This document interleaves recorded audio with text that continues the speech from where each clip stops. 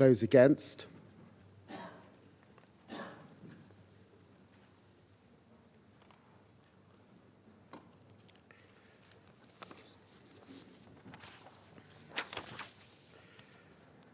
The result of the voting is as follows: 14 votes in favour, 1 vote against, 0 abstentions. On Resolution 2761/2024 then, the draft resolution has not been adopted owing to the negative vote of a permanent member of the Council. I now give the floor to those members of the Council who wish to make statements after the vote. I shall now make a statement in my capacity as the Secretary of State for Foreign and Commonwealth Development Affairs of the United Kingdom. For over 18 months, Sudanese civilians have endured unimaginable violence. We've seen and heard the testimony, atrocities driven by ethnic hatred, sexual violence, including mass rape, children abducted and recruited as soldiers in this horror, aid workers attacked, essential supplies blocked, homes, schools, hospitals destroyed and looted. This suffering is a scar on the collective conscience, on a scale that's frankly hard to comprehend.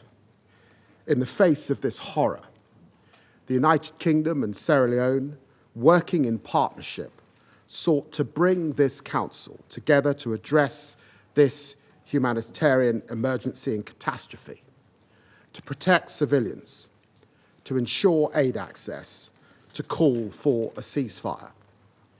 One country stood in the way of the council speaking with one voice. One country is the blocker. One country is the enemy of peace. This Russian veto is a disgrace, and it shows to the world yet again Russia's true colours. Shame on Putin for waging a war of aggression in Ukraine.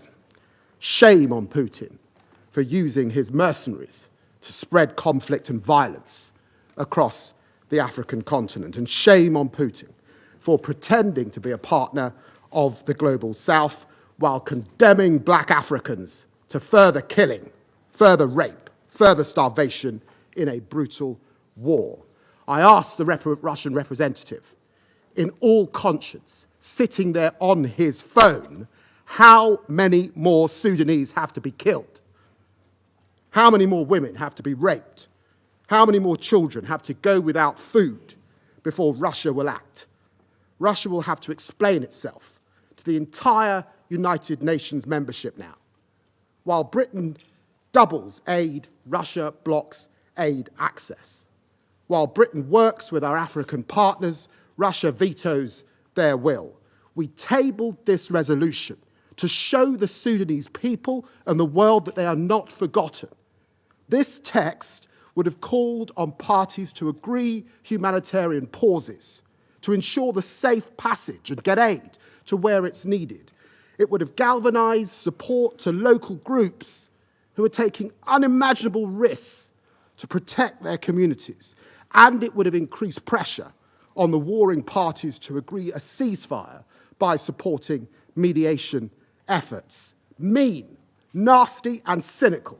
Russia's veto today sends a message to the warring parties that they can now act with impunity, that they can ignore their commitments and responsibilities to protect their own people. Let me be clear, I will not stop calling for more action to protect the people of Sudan. I will not stop calling for more aid. I will not stop working with our partners in Africa and around the world to help. The UK will not forget Sudan. I resume my function as President of the Council and give the floor to the representative of Sierra Leone. Thank you, Mr. President. We acknowledge the significance of co-penning this important resolution with the United Kingdom and commend the United Kingdom for the diligent and tireless efforts in the negotiations of the draft resolution, including to widely consult as co-pen holder. However, Sierra Leone regrets that the resolution on the protection of civilians in Sudan has not been adopted, despite genuine efforts made to find a consensus among member states. Sierra Leone co-penned this resolution not only to respond to the devastating situation for civilians in Sudan, but also due to the parallels between the violence and international humanitarian law violations in Sudan and our challenging experience during our civil conflict, particularly the devastating impacts on women and children. We recall the UN Security Council's 1999 decision to entrust UNAMSIL with the protection of civilians mandate in Sierra Leone, marking a turning point in our conflict and ultimately leading to the Lome Peace Accord. Let us be clear, the draft resolution did not mandate troop deployment in Sudan, in line with the Secretary General's assessment. It, however, would have conveyed solidarity and established mechanisms to prevent further atrocities. Sierra Leone will continue to work with other Council members to have a product that protects civilians from the ongoing human rights violations in Sudan. As a member state and elected member of the Council that has endured civil conflict, we were compelled by the moral imperative to advocate for civilians in Sudan. We continue to call on all parties to cease hostilities, engage in dialogue, and commit to a Sudanese-led, inclusive political process, as emphasized by the UN Secretary General. Finally, we reaffirm our support for the Secretary General's personal envoy and the African Union High-Level Panel on Sudan in advancing a lasting peace through inclusive dialogue. I thank you. Can I thank the representative of Sierra Leone for their statement and now give the floor to the representative of Japan. Thank you. The Right Honorable David Lammy, President of the Security Council, for giving me the floor. We commend Sierra Leone and the United Kingdom as the co-pen holders for leading the Security Council to promote protection of civilians in Sudan by responding to the Secretary General's recommendations. Japan voted in favor of the draft resolution because we are gravely concerned about the prolonged dire humanitarian and human rights situation in Sudan. We believe that the Security Council must fulfill its responsibility and taking action in response to this tragedy as soon as possible. Japan engaged in the negotiations constructively. We therefore regret that this Council was not able to adopt the resolution due to casting veto by Russia in spite of the Council members' active diplomacy. Mr. President, Japan supports and encourages the Secretary General and his personal envoy, Mr. Lamamura, to further engage the party to the conflict, as well as the African Union and other key stakeholders. Japan's Special Envoy for Horn of Africa recently visited Sudan and urged General Burhan for ceasefire and improvement of humanitarian access. Japan also would like to stress protection of the safety, security, and freedom of movement of all humanitarian personnel and commodities. To this end, Japan called on the parties to the conflict to ensure full, rapid, safe, unhindered, and sustained humanitarian access, including cross-border and cross-line activities. Mr. President, as Japan's current Security Council term nears its end, we encourage fellow remaining and incoming Council members to further develop concrete steps for protection of civilians in Sudan. To conclude, I reiterate Japan's strong commitment to the people of Sudan. Japan will not leave them behind as a responsible member state, which unwaveringly supports human society and dignity, human security and dignity. I thank you. Well, I thank the representative of Japan for their statement, and I give the floor to the representative of Switzerland. Mr. President, colleagues, ladies and gentlemen, I'm particularly grateful to the United Kingdom and to Sierra Leone as pen holders for their efforts during the negotiations, and to the members of the Council for their commitment. Switzerland voted in favor of the draft resolution on the protection of civilians in Sudan and regrets that it was not adopted due to the veto of a permanent member of the Security Council. Millions of Sudanese are suffering the horrors of a war that has no end in sight and is leaving the country in ruins. Hundreds of thousands of people are suffering from the horrific atrocities committed by the Rapid Support Forces in Al Jazeera and the indiscriminate aerial bombardments by the Sudanese armed forces.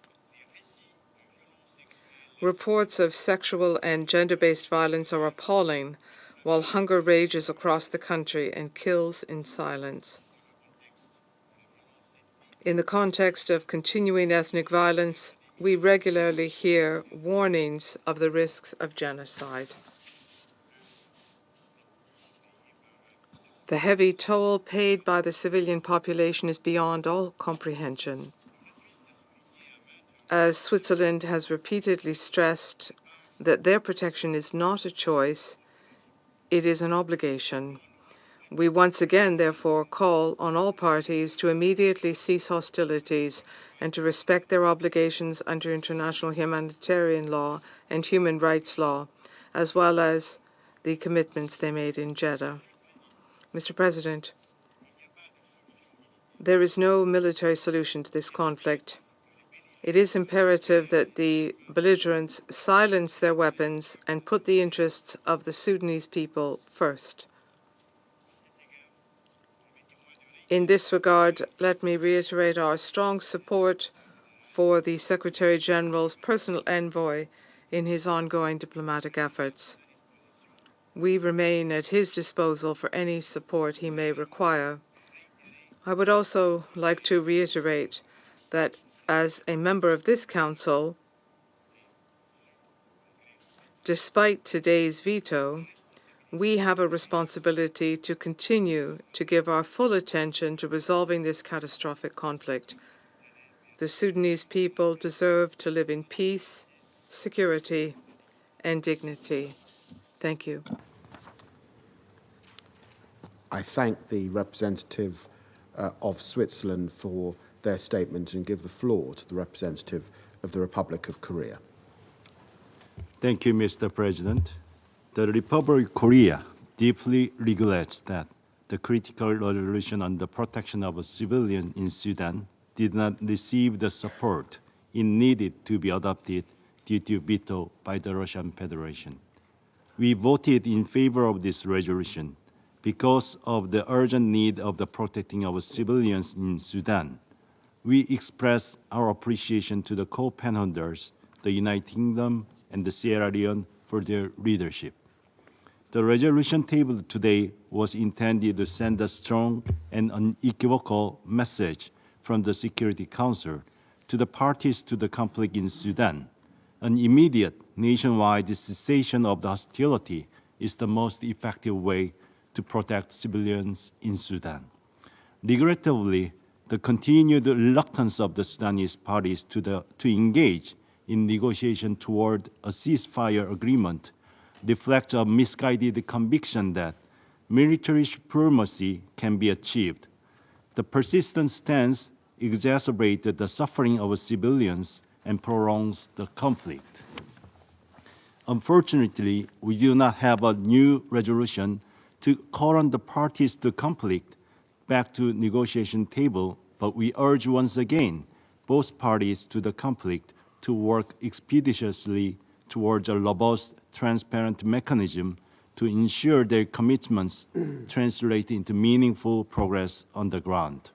Moreover, while we welcome the decision by the Sudanese authorities to keep the Adria crossing open, we call on all parties to conflict take further steps, including the lifting of time restrictions, to facilitate unimpeded and sustained humanitarian assistance. Despite the failure to adopt this resolution today, it is imperative that Security Council continues its collective efforts to end the conflict in Sudan and prioritize the protection of civilians. We reaffirm our commitment to support these critical endeavors. I thank you, Mr. President. Well, I thank the representative of the Republic of Korea for their statement, and I give the floor to the representative of Malta. Thank you, President. Malta thanks the co-pen holders, United Kingdom and Sierra Leone, for their extensive efforts on this resolution. Malta deeply regrets that it was vetoed when it enjoyed the support of all other Council members. Malta voted in favour of this text, which requested the development of a compliance mechanism to facilitate the implementation of the Jeddah Declaration commitments. The draft rejected this Council's persistent call since the onset of the violence in Sudan that the SAF and the RSF immediately cease hostilities and for the two sides to honour and fully implement their commitments to protect civilians. We further demand the RSF to immediately halt its attacks against civilians, particularly in Darfur, Al Jazeera and Sana'a states. The continued assault by the RSF on El Fashar must stop. We also remind all member states of their obligations under the 1591 sanctions regime. President, the resolution would have sent a strong message to the parties to urgently comply with their obligations under international law and to ensure that civilians, civilian objects, and humanitarian and medical personnel are not targeted. Women and girls continue to face deplorable levels of sexual and gender-based violence, while children continue to be victims of violence and abuse. Perpetrators of such crimes and violations must be held accountable through transparent and independent accountability mechanisms. We also call on all parties to sustain the passage of humanitarian aid through all available cross-line and cross-border routes. In this regard, we welcome the recent decision by the Sudanese authorities to renew a 3-month extension of the Adreb border crossing. To conclude, President, we will continue to support Personal Envoy Lamamra and encourage him to continue his coordination with the African Union and other partners. We remind all stakeholders of the indispensable role that women hold in all levels and stages of dialogue and decision-making. Their work in advancing civilian protection needs and political mediation deserves our continued support. Thank you. I thank the representative of Malta for their statement and give the floor to the representative of Slovenia. Thank you, President. Slovenia voted in favor of the resolution. We extend our gratitude to Sierra Leone and to the United Kingdom for the leadership on the draft. Our position on the alarming and still deteriorating situation in Sudan has been consistent and clear. We have listened intently to the voices raised in this chamber, emphasizing the imperative not to let the people of Sudan suffer in silence. Today's vote reflects Slovenia's commitment to addressing these urgent calls. We firmly believe that this Council bears a responsibility to respond to Sudan's people's desperate pleas for protection, especially women and children. We profoundly regret that the veto has been cast. The crisis in Sudan demands not only the unwavering attention of this Council, but more critically, decisive and united action. This is not a matter of choice, but of responsibility. While the complexities of the situation are acknowledged, they must not be used as justification for inaction. Rather, they should drive us to act with greater urgency and determination for Sudanese people. In our earlier statements, we recognized and commended the mediation efforts of regional and international actors. Today, we reiterate our call for this Council to exhibit the same collective resolve. The relentless violence that Sudanese people, in particular women and girls, are facing every day, the widespread destruction and human suffering across Sudan, compounded by ongoing clashes, and according to the reports of ethnically targeted violations and abuses, is beyond comprehension. The humanitarian crisis continues to worsen, tragically marked by the world's most severe acute food insecurity crisis, a declared famine in Zamzam, and fears of famine risks in other regions. This demands a more robust and sustained response. Multiple reports, including those from the independent fact-finding mission, detail widespread human rights violations.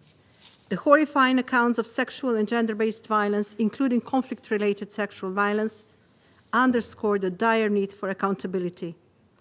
With limited monitoring mechanisms in place, we fear the true extent of these crimes risks remaining in the shadows. Silence is not an option in the face of such egregious violations. The atrocities must not go unpunished, and justice must be pursued. Without justice, sustainable peace cannot be achieved. Parties to the conflict must respect international humanitarian and human rights law. Safe, rapid, and unimpeded access to humanitarian aid is essential across all parts of Sudan. Access to food, water, healthcare, and medical supplies must not only be ensured, but also sustained and expanded. Slovenia remains unwavering in its commitment to supporting the people of Sudan and advancing peace, security, and justice throughout the country. I thank you. I thank the representative of Slovenia for their statement and give the floor to the representative of the Russian Federation. Thank you, Mr. President. First and foremost, I would like to thank you for your excellent demonstration of British neocolonialism that really is what we have to dub your statement today. Everybody who heard your complex, pathos-ridden speech really proves why your country is losing influence and power. Distinguished colleagues, the Russian Federation voted against the UK and Sierra Leone draft resolution of the Security Council on Sudan. We agree with all Security Council colleagues that the conflict in Sudan requires a swift resolution. It is also clear that the only way to achieve this is for the warring parties to agree to a ceasefire. We believe that the Security Council's role here is to help them to achieve this. However, this should be consistent and open and should not be done by imposing upon the Sudanese, through a council decision, the opinion of its individual members, flavoured with their post-colonial flavourings as to how the future country should be. And in particular, the Council should not play into the hands of the desire of the former metropole to score points in the eyes of the Sudanese diaspora in the UK. Distinguished colleagues, the main problem with the UK draft is that it has a false understanding of who bears responsibility for the protection of civilians in Sudan and for border control and security control in the country, and who should take a decision to invite foreign forces to Sudan. Ultimately, with whom the UN officials should cooperate in order to address existing problems and plan assistance. We have no doubt that it should solely be the government of Sudan who should play that role. However, the UK authors are clearly trying to refuse Sudan that right. During all the work on the draft, they expended a lot of effort to delete from the text any mention of the legitimate authorities of Sudan in the key points. Their position is absurd and unacceptable, in particular in the light of the fact that the government of Sudan represents its country in international organizations and has control over the main processes in the state. It is engaged in distributing humanitarian assistance, and the Sudanese themselves are seeking refuge and protection in the regions controlled by the government. We have to qualify this position as nothing but an attempt to give themselves an opportunity to meddle in Sudanese affairs and in future political and social intrigue. That was the case in the spring of 2023, when the attempts to push through decisions that did not enjoy the support of the population, in fact, laid the groundwork for the tragedy unfurling in Sudan. Such plans of our Western colleagues are also surprising because the Security Council previous calls to the rapid support forces to stop the siege of El Fasher and other towns in the text that we proposed, these calls have now been changed with new warped wording that proposes the fighters should refrain and halt their attacks just against civilians.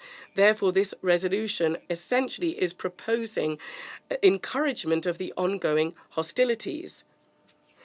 I would like to assure you that our country will continue unfailingly to use its veto to prevent such events from happening for our African brothers. Furthermore, we categorically do not accept the idea in the draft of using external accountability mechanisms to ensure accountability for acts of violence. Such bodies such as the ICC have proven to be totally ineffective regarding Sudan and other situations. We are convinced that a referral to a judicial system should remain the sole prerogative of the government of Sudan. Colleagues, last time the Security Council asked the UN Secretary General to have a report with recommendations to protect civilians in Sudan. The report clearly states that in order to deploy international forces in the country, the conditions have not yet been met. We would add that that is indeed the case. There's no agreement on a ceasefire. There's no understanding in which regions of the country and with which aims that would be deployed. Furthermore, the request for such a presence should stem solely from the existing Sudanese leadership. We are not ruling anything out. However, we are convinced that if now, despite the opinion of the authorities in Sudan, such work was to be started, it would not lead to anything good. The ill-thought-through peacekeeping endeavour during the active phase of a domestic conflict and its widespread geography might be a total disaster.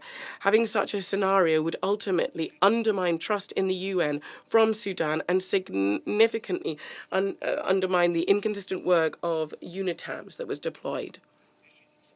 We completely disagree with the narrative of the authors about the dire humanitarian situation and their deliberate ignoring of the opinion and data from the Sudanese authorities.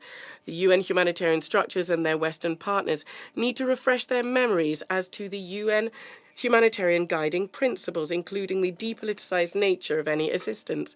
It's not acceptable to call upon Sudan to have open borders for humanitarian access, but not to use all crossing points provided by them to deliver aid. Port Sudan has its reasons for restrictions. It has been flagging the threat of weapons being rerouted to fuel fighters. It's possible, or rather, instead of calling for transparent borders, may it would be better to get to the bottom of the Sudanese concerns. We believe it's very important for any steps in the humanitarian area to be agreed solely with the Sudanese central authorities. In fact, Washington and London are continuing to play with this subject for their purposes, and through unilateral sanctions are hampering efforts of the country's leadership to provide assistance to the people. Colleagues, we urge you to take a calm look at the way the Sudan is being addressed in the Security Council without a constructive and involved cooperation from each Security Council member with the government of Sudan, without a sincere desire to assist the Sudanese people overcome their difficulties. Any decision of the Council is doomed to failure. We would urge you to avoid the tactic of upping the ante. The personal envoy of the SG Lamamra is continuing his efforts. We must give him time and the political opportunity to talk to all those who have an influence on the situation, be these internal or external players. Finally, it's important to throw out double standards that, in the case of Sudan, seem to be particularly egregious. Those very countries who, regarding Sudan, are calling loud and clear of the need for a ceasefire and requiring both parties to halt violence and to protect civilians, well, in the case of Gaza, are giving carte blanche to Israel to continue the escalation and are paying no heed whatsoever to the egregious violations of international humanitarian law by the Israeli army. They are holding aloft the right of Israel to self-defense and to protect its civilians. However, when we're talking about Sudan, the same right of its government is rejected. And for some reason, without any investigation, they're accusing the Sudanese army of all sorts of ills. Colleagues, we would urge all of you to reject this neo-colonial thinking and to avoid artificially creating chaos in this country to ensure that we do not catch a fish in murky waters. Thank you. You've heard the statement from the representative of the Russian Federation. I give the floor to the representative of Ecuador. Gracias. Thank you, President.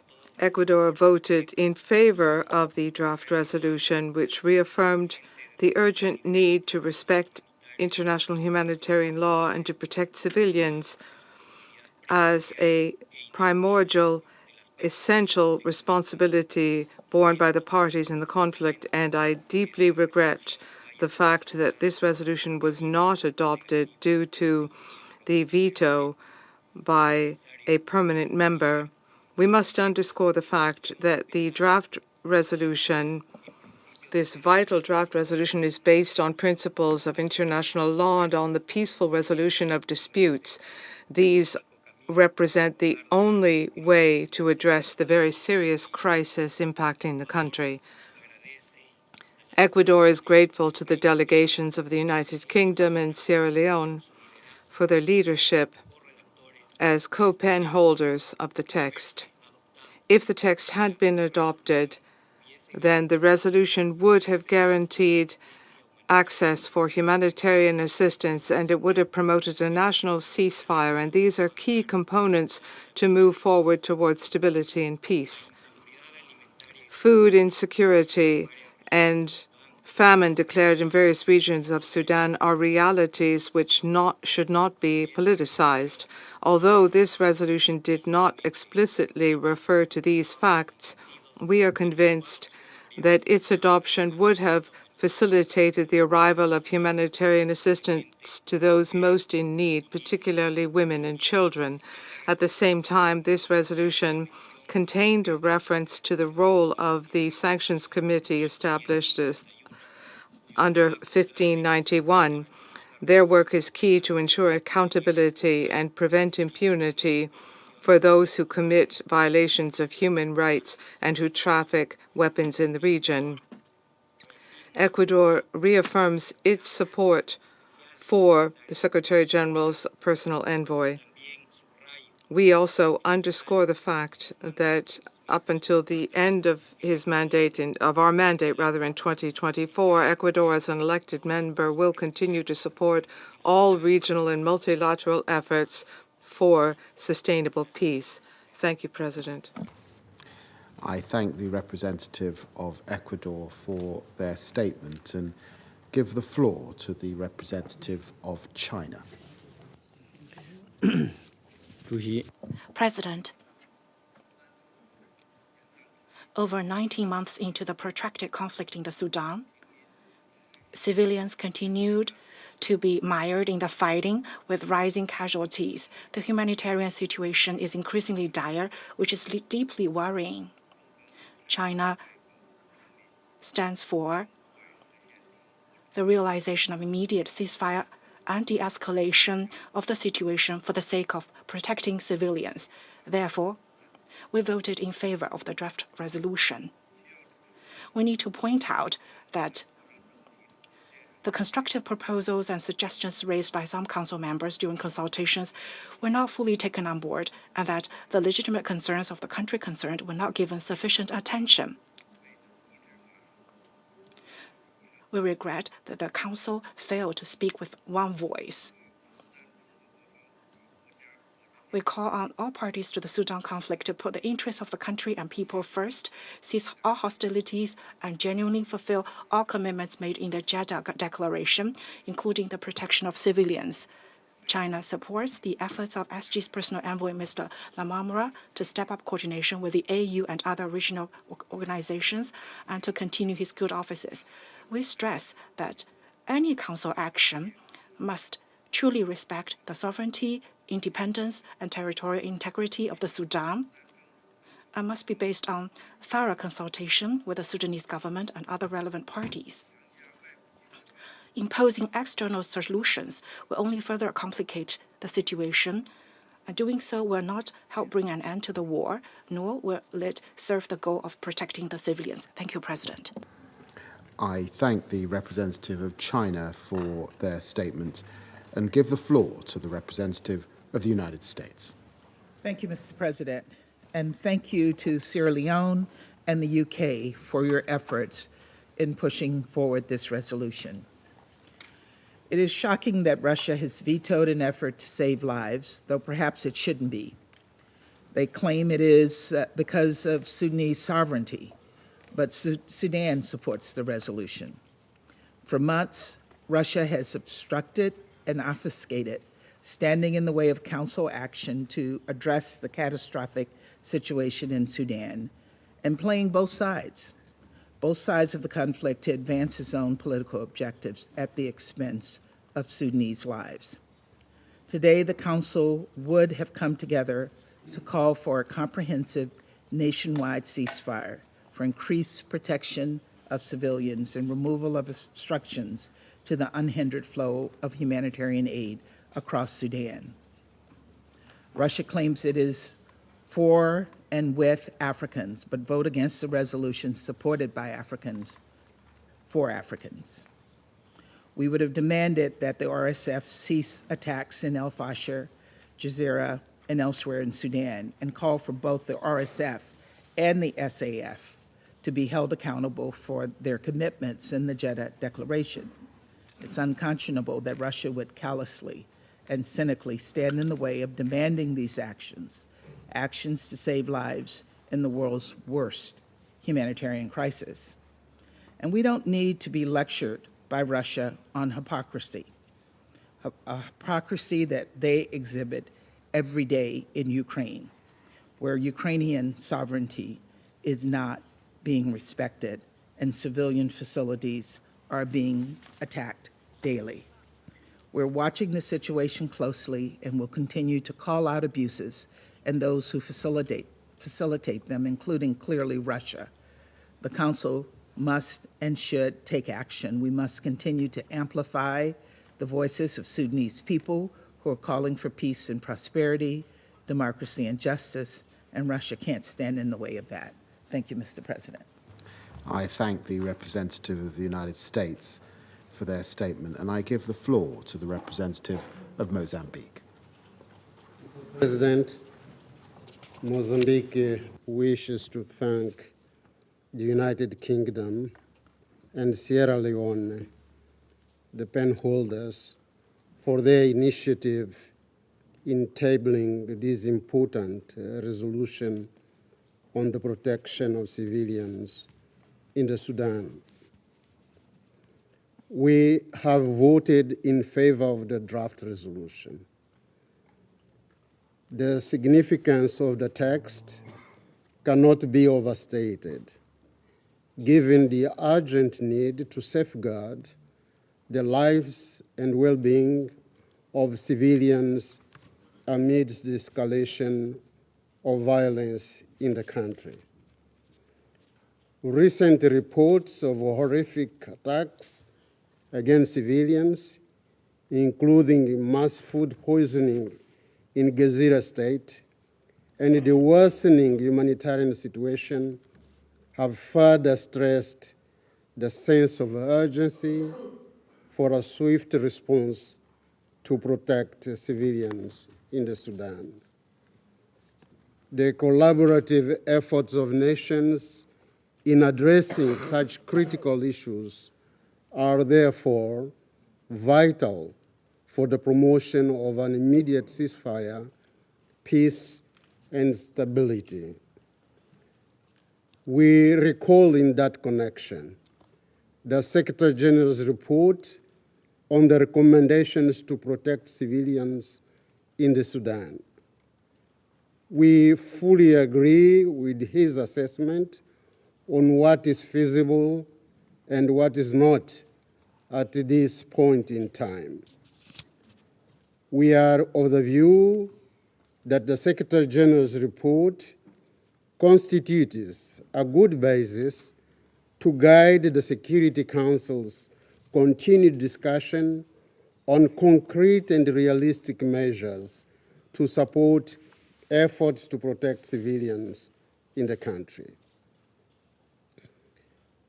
The text we have just acted upon underscores our collective concern with the safety and security of the Sudanese people.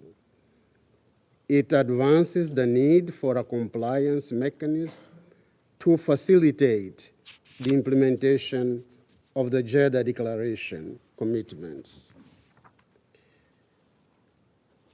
Mr. President, we consider that the parties in conflict are duty-bound to take necessary measures to minimize the impact of the conflict on civilians, particularly women and children.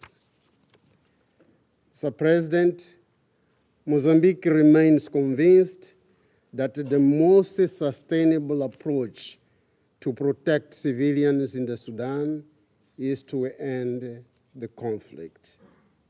There is no humanitarian solution to humanitarian problems. In the present case, coordinated efforts are needed to persuade the parties to commit to a ceasefire and engage in meaningful negotiations to a definitive cessation of hostilities. Coordination between different mechanisms, both regional and international, is fundamental, considering the multiplicity of peace initiatives on Sudan. The effectiveness of these initiatives hinges on how well they are coordinated and integrated. In this connection, we wish to express our strongest support to the personal envoy of the Secretary General, Mr. Ramtane Lamamra, for his excellent work for peace in the Sudan.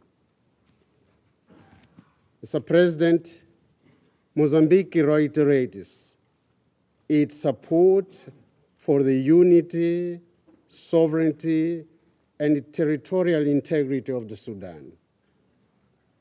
We stand ready to continue to constructively engage with the members of the Security Council towards peace, stability, and prosperity of the Sudan and its people. I thank you, Mr. President. I thank the representative of Mozambique for their statement, and I give the floor to the representative of France. Mr. President, France deplores the fact that the Security Council has not managed to adopt this resolution because of the veto levied by Russia without any convincing justification the draft proposed by the UK and Sierra Leone, to whom I paid tribute. It was calling for a ceasefire. The situation in Sudan is disastrous. There was an urgent need for this council to call for this. Here, as elsewhere, the humanitarian crisis can only be settled if weapons are laid down. 14 members of the Security Council supported this text, and Sudan as well. France does hope that this council can, as soon as possible, shoulder its responsibility and set up a ceasefire. We also would like to support the efforts of the personal envoy, Mr. Lamara. Thank you. France for their statement, and I now give the floor to the representative of Algeria.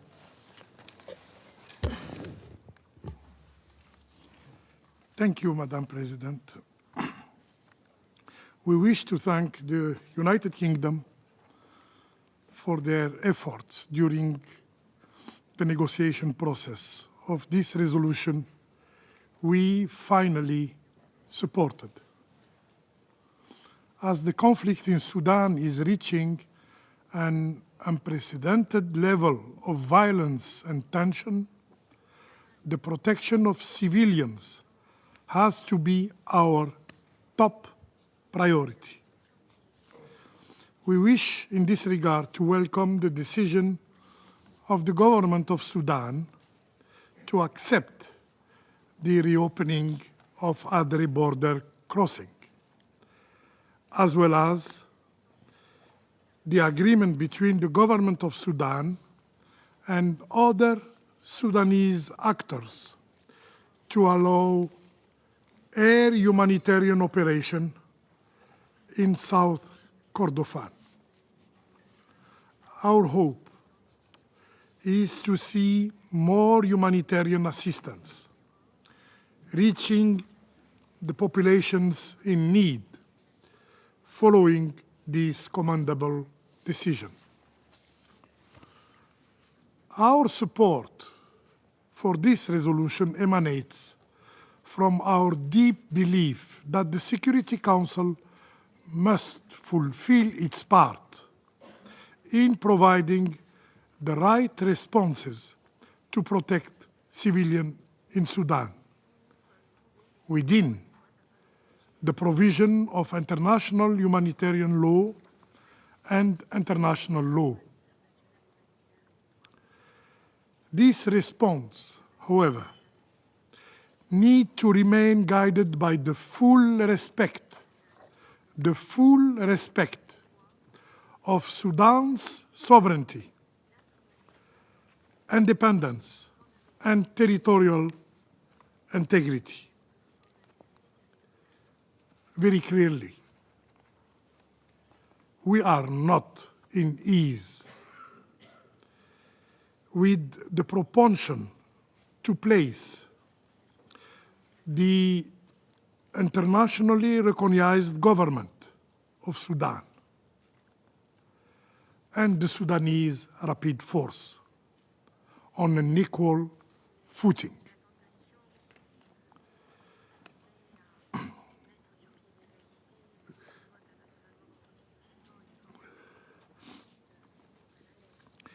Also, there is a need to adopt a progressive and wise approach on our responses by taking into account the real condition on the ground as described by the Secretary General of the United Nations,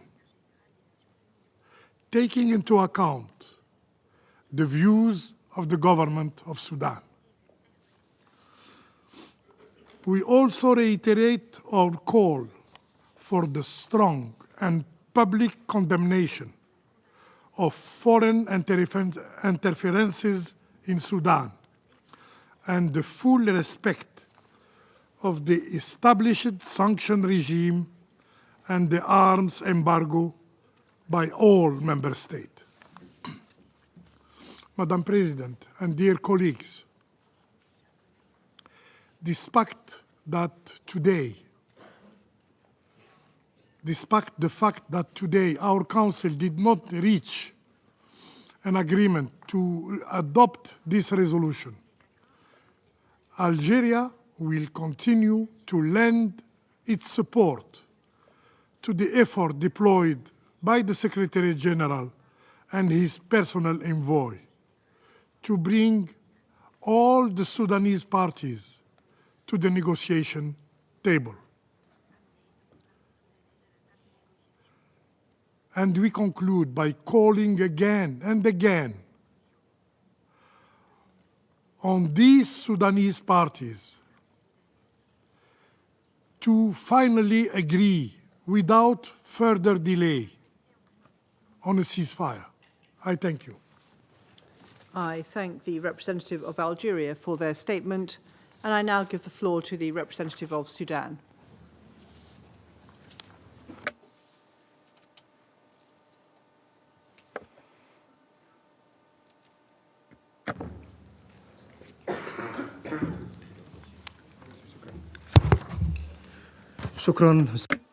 Thank you, Madam President. Thank you for presiding over this meeting. Allow me to present our point of view briefly on our position towards this important meeting. Madam President, achieving peace during multi-party wars, such as the war in Sudan, requires the adoption of a truthful narrative. The narrative currently adopted, that this is a war between two parties, is one of the reasons why we haven't reached an agreement on describing this war. We must take into account the specificities of the conflict and the efforts by the countries concerned in peace building. The more there is an understanding of the contribution of the national state to peace making, the better there is a chance to achieve peace and stop conflicts. The Charter of the United Nations provides for the unity of states, their sovereignty, their territorial integrity, and stopping any aggression against states. This has not really happened in the case of the war of aggression against Sudan. Pressures have been exercised and coercions in a coordinated way to weaken the state because of choices by international actors in the international order, which is collapsing spectacularly. It needs to be re-established according to the Secretary General's new agenda for peace. The Council is still hesitant to name the aggressors, and it knows who the aggressors are. We did not know that efforts were made secretly to stop arms consignment to militias and mercenaries. And the consignments have increased incredibly after the Sudan opened the Adri crossing board, which was extended while setting certain conditions for the state to oversee these operations to facilitate humanitarian work. This expanded regional interventions and aggravated the war, even when the militias targeted civilians with attacks, even when it perpetrated massacres and forcibly displaced civilians. It took the Council 18 months to condemn these atrocities that were condemned by some Council members in their national positions, and we thank them for it. So standing by the Sudanese people, stopping the aggression, stopping the war, to do that, one cannot be neutral, one cannot be passive. Some reject international positions dealing with terrorists, with bloodthirsty actors. Some do their utmost to eliminate terrorist groups. But under the pretext of impartiality, they're coercing the Sudanese government to accept peace with foreign mercenaries. So tomorrow they would become political players and then divert from the political track and launch attacks within a plot that Sudanese are very aware of, the plot to fragment Sudan and concluding deceitful peace agreements. Madam President, there are those who insist on making Sudan dependent on humanitarian aid. Sudan has fertile land and has enough agricultural potential to feed the world. Of course, the Sudan is able to feed the Sudanese people that have been wronged time and time again by some international actors. This need has been exploited to encroach upon the sovereignty of the Sudan. Some foreign rescue organizations, which amount now to more than 19,000, as I stated in a previous statement, these organizations are now demanding to be able to enter the Sudan from any directions, however they please, and just notifying Sudan. For the Council to regain its vital role in maintaining international peace and security, it must engage with the choices of the people, especially in Africa, that is aspiring to being liberated from restrictions, to be able to contribute peacefully and positively in international peace. Sudan is still languishing under UN imprisonment since 2004. This position needs to be reconsidered. This systematic imprisonment reduces the role of the Sudan, constricts its ambitions, and prevents the Sudan to contribute to building peace and to democracy based on national ownership. This is why I call upon your august council to support the national plan to protect civilians, which will be submitted to you for you to support it. And this plan is in itself a national roadmap to end the war. The government of the Sudan, the people of the Sudan, are looking forward to the council adopting a positive dynamic. And they ask for unity against terrorism and mercenarism and militias that have been destroying Sudan in a systematic way for 18 months. Condoning these groups after they've caused a bloodbath in Sudan is a clear complicity with them. We asked for condemning the atrocities of the militias and for designating them as terrorist organizations, but this was rejected, and this is a clear license to the militias to continue perpetrating these atrocities. We stand against any international or UN interventions or interference under the pretext of making peace according to outdated models relying on hard power. We are in a position to contribute to devising a plan for sustainable peace and to protect civilians based on soft power and the will of the people. Sudan is in an existential battle where choices are limited. Either Sudan remains free, independent, and united, or it vanishes. The experience of UNITAMS as a political mission ended with the outbreak of the war and the aggravation of the conflict that it was established to address. It came as a result of the complicated transition, which was supposed to be a smooth transition. This is why we believe in national ownership, so the people can't bear the burden of building peace, so that peace is consolidated. Peace building doesn't come from above, cannot be based on a formula imposed from above or imposed by donors to re-engineer Sudan according to their whims and even choosing who would rule Sudan. Sudan will stand against the foreign interventions that aim to fragment the Sudan and strengthen the militia and the mercenaries, so that the Sudanese army doesn't win in maintaining the unity and territorial integrity and repel the mercenaries. Videos circulated online have exposed the diabolic agendas of these mercenaries. They are enjoying causing a deliberate genocide incrementally against the Sudan to serve the agendas of international actors that are sponsoring these mercenaries. Within this narrative, international actors are destroying the capacity of the army by imposing an arms embargo. Although arms are made available to the militias, even by some members of this council, as we've seen in a report by Amnesty International recently. The Charter of the United Nations that entered into force on the 24th of October 1945 provides for the sovereignty of states, the sovereign rights of states, sovereign equality between states, ensuring the legal personality of states, and ensuring the territorial integrity of states. Some parties are violating all of this, which is inconsistent to the cosmetic paragraph that we see in the preambles of resolutions by the Security Council on sovereignty. We look for the Security Council to stand with the Sudanese state, to suppress the aggression that threatened international peace and security, that killed Sudanese, sponsored by the UAE. And we ask not to turn diplomatic efforts to settle the conflict to international tutelage pushed for by certain actors to serve their own interests. It has nothing to do with peace or stopping the war. The Council must prevent the UAE and regional affiliates to send arms to new generations of militias. The Council must condemn armed gangs and terrorist gangs from the Sahel and neighboring countries.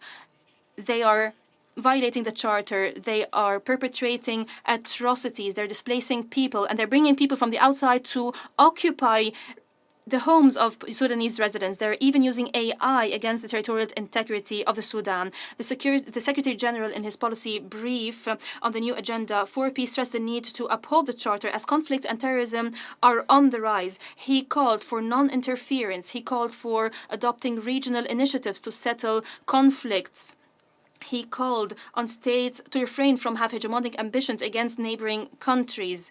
He called for preventive diplomacy, and he addressed the increasing role of armed groups within states, and he also referred to increasing terrorism in Africa. I thank the Council. I thank all those who cooperated with Sudan to achieve peace. We are ready to cooperate with you to stop this war, to condemn the militias and consider them terrorist militias, to stop the flow of arms across the borders, to respect the sovereignty of Sudan through implementing a plan to protect civilians. I thank you, Madam President. I thank the representative of Sudan for their statement. There are no more names inscribed on the list of speakers. The meeting is adjourned.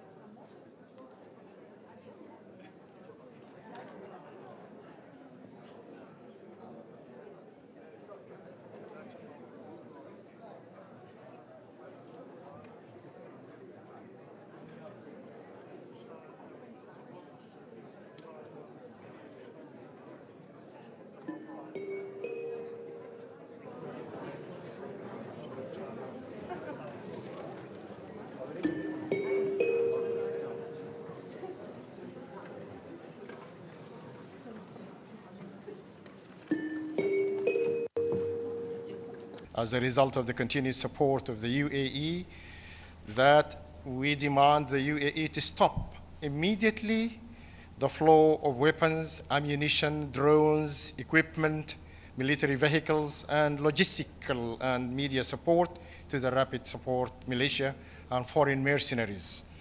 We also told them that we need the Council to prevent the neighboring countries from allowing safe passage and for smuggled weapons, including the militia and the fighters and the mercenaries who come through their territories. And there is also a continued support of the UAE and its regional partners. This continuous and sustainable support for the militia in Darfur and across Sudan borders is the sole reason for the continuation of the conflict. Therefore, and to end this conflict, there must be put to this an end to this blatant interference that violates the UN Charter, encroaches on sovereignty and national law, and conflicts with the maintenance of international peace and security. We also need classifying of the militia as a terrorist militia with a specific trend of ethnic supremacist status, because it wages a war of extermination against civilians and tortured them for ethnic motives.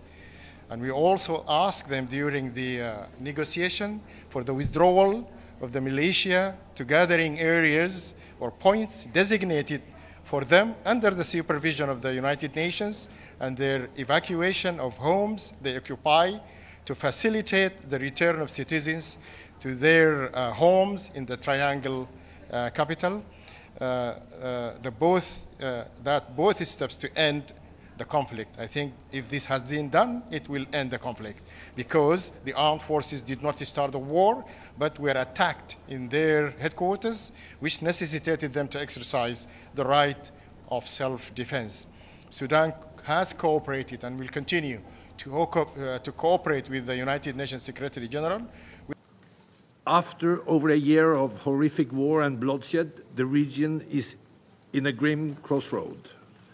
The war between Hamas and Israel has spread to the region, involving non-state armed groups and now engulfing large swaths of Lebanon in a war between Hezbollah and Israel amidst repeated escalation exchanges between Israel and Iran.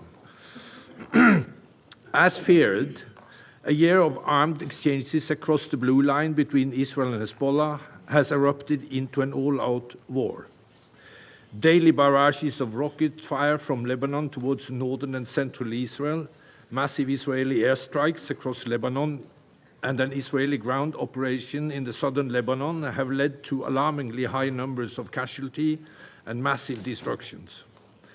Armed groups operating from Yemen, Iraq, and Syria have also continued to launch missiles and projectiles towards Israel, while Israel continues to strike in Yemen and Syria. Israel and Iran have also engaged in overt and direct military confrontations, with Iran launching hundreds of drones and ballistic missiles at Israel, and Israel conducting extensive airstrikes on Iran. Madam President, we are living a nightmare. The trauma and grief that has been unleashed is immeasurable.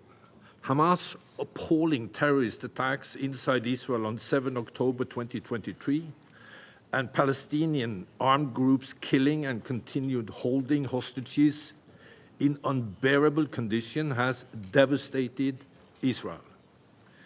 Grinding warfare and Israel's devastating military campaign in Gaza has wrought mass destruction and enormous casualties. Most of the Palestinian population in Gaza has been displaced, and whole areas of the Strip are being emptied and made uninhabitable. These events will reverberate for generations and shape the regions in a way we cannot yet fully comprehend. Madam President, as this Council has been briefed repeatedly, the humanitarian situation in Gaza as winter begins is catastrophic, particularly developments in the north of Gaza with a large-scale and near-total displacement of the population and widespread destructions and clearing of land amidst what looks like a disturbing disregard for international humanitarian law. The United Nations and its partners are working around the clock to bring assistance to the population in Gaza, but humanitarian agencies continue to face an incredible challenge and dangerous operational environment, as well as access restrictions that seriously hinder the vital work. Attack on humanitarians and looting of aids, including by organized armed Palestinians, remains a serious and unaddressed obstacle, as was proven to be so only on Saturday. The current conditions are among the worst we have seen during the entire war and are not set to improve. Meanwhile, Madam President, the occupied West Bank remains stuck in a destructive spiral of violence and hopelessness. Israeli military operations in Palestinian cities and refugee camps in Area A continue, often leading to armed exchanges with Palestinian militants, while Palestinian attacks against Israelis and high levels of settler-related violence also persist. In all of this, civilians continue to pay the price, very often and increasingly with their lives. At the same time, settlement expansion continues unabated as the Israeli government has taken numerous steps to accelerate settlement advancement, while some ministers now openly calling for formal annexation of the West Bank in the coming months and establishing settlements inside Gaza. This comes in the wake of significant steps in recent months to reshape Israeli control in the West Bank, including not only settlement enlargement, but large-scale state land declarations and the appointment of civilian deputy in the civil administration, thus deepening the illegal occupation. These dynamics exact a political toll, further undermining the Palestinian Authority, which continues to face an ongoing fiscal and institutional crisis. All told, and combined with developments in Gaza and Israel's recent passage of laws against UNRWA's operation, I must issue an urgent warning that the very institutional framework of support to the Palestinian people and a viable Palestinian state are on the brink of dissolution, threatening to plunge the occupied Palestinian territory into even greater chaos. Madam President, how much more misery can ordinary people on both sides be expected to endure? What greater burden can we place on humanitarians to deliver? How much further can we bend the system of international law and institutions meant to protect innocent civilians? How many times can we test the limits of restraint? How deeply can we allow Palestinian institutions to be undermined, threatening the very arrangement meant to ensure a peaceful settlement to this conflict? Frankly, I don't have the answers, but I can tell you that what we are living now is the result of us testing all these breaking points for way too long. The steps being taken on the ground in Gaza and the occupied West Bank that I have outlined, not only today, but over many briefings to this Council, are taking us further away from the peace process and ultimately a viable Palestinian state.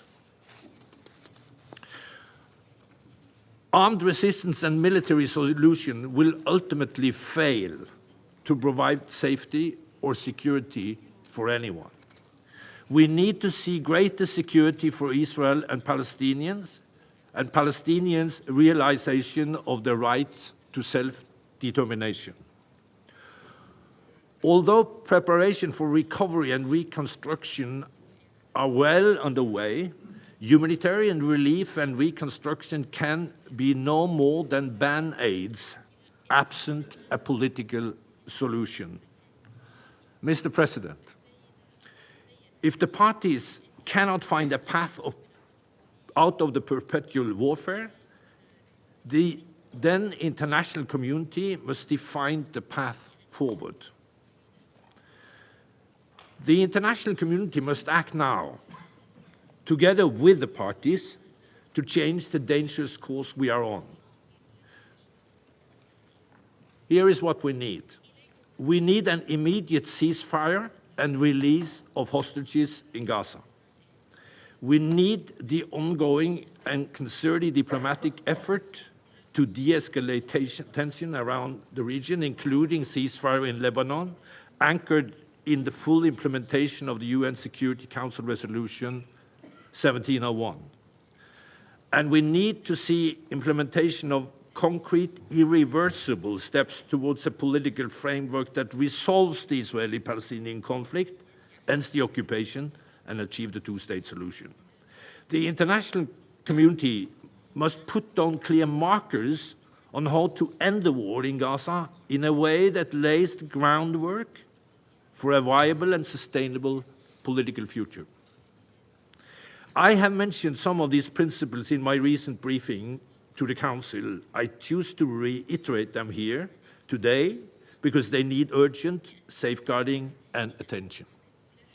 Gaza is and must remain an integral part of a future Palestinian state with no reduction in its territory. The repeated displacement of the Gaza population must cease, and people must be allowed to return to their homes. There should be no long-term Israeli military presence in Gaza, while at the same time Israel's legitimate security concerns, particularly in the wake of the acts of terror committed on 7 October, must be addressed. Calls for the re-establishment of Israeli settlement in Gaza must be firmly rejected and clearly opposed. Gaza and the West Bank must be unified politically, economically, and administratively. They must be governed by a Palestinian government that is recognized and supported by the Palestinian people and the international community. There can be no long-term solution in Gaza that is not fundamentally political.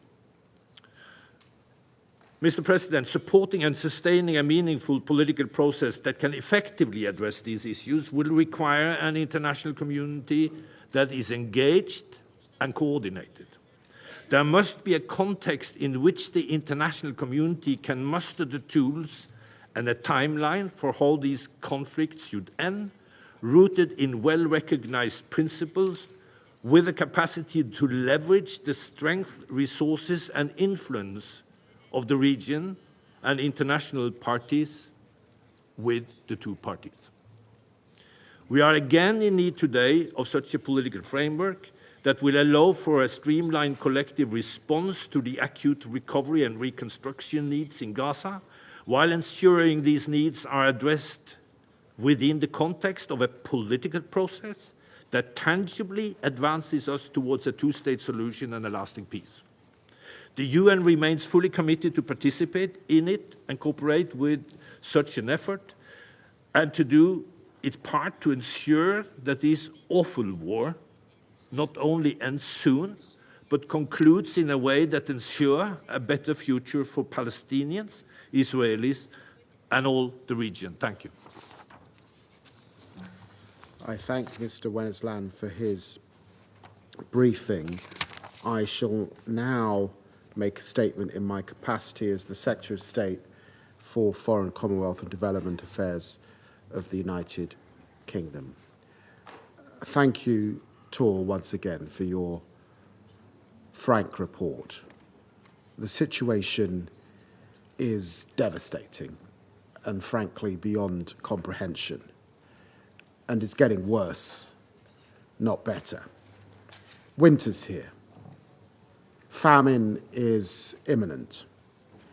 And 400 days into this war, it is totally unacceptable that it's harder than ever to get aid into Gaza. In October, just 37 humanitarian trucks entered the Strip each day. It's the lowest average in the last year.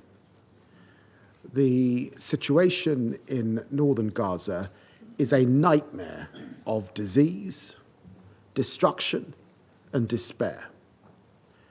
Over 300 aid workers have now been killed. It's the highest number in UN history. Amongst them are 3 British nationals whose families yearn for justice. More children have been killed in any recent conflict anywhere in the world. And meanwhile, Hamas still cruelly holds onto the hostages, including British national Emily Damari, extending their family's torment even further. In the West Bank, an environment of impunity exists for extremist settlers. And since October the 7th, conflict has spread, engulfing, of course, Lebanon. We must bring this multi-front conflict to an end. There is no excuse for Hamas hostage-taking. They need to be set free. There's no excuse for Israeli restrictions on humanitarian aid.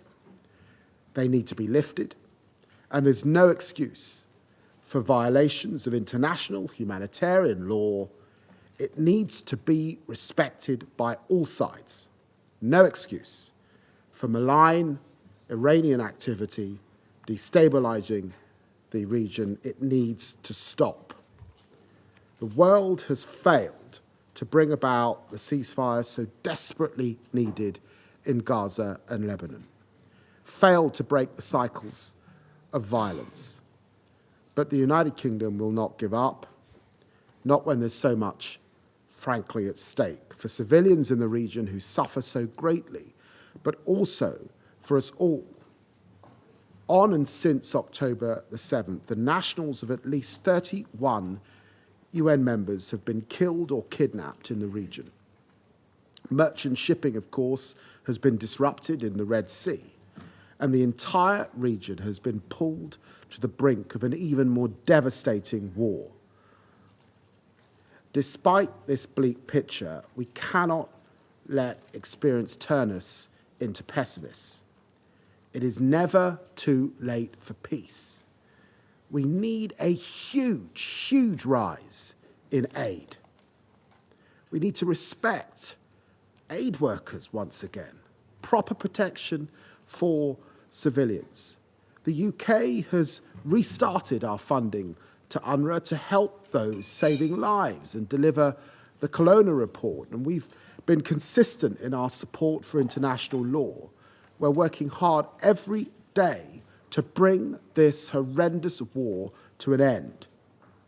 The longer fighting continues, the deeper the depths of pain, of anger, which corrode the bonds of common humanity on which a lasting peace must necessarily be built.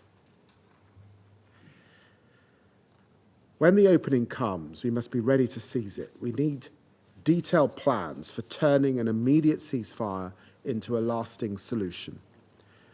A strengthened and reformed Palestinian Authority should be at the center of Gaza's future recovery, security, and governance.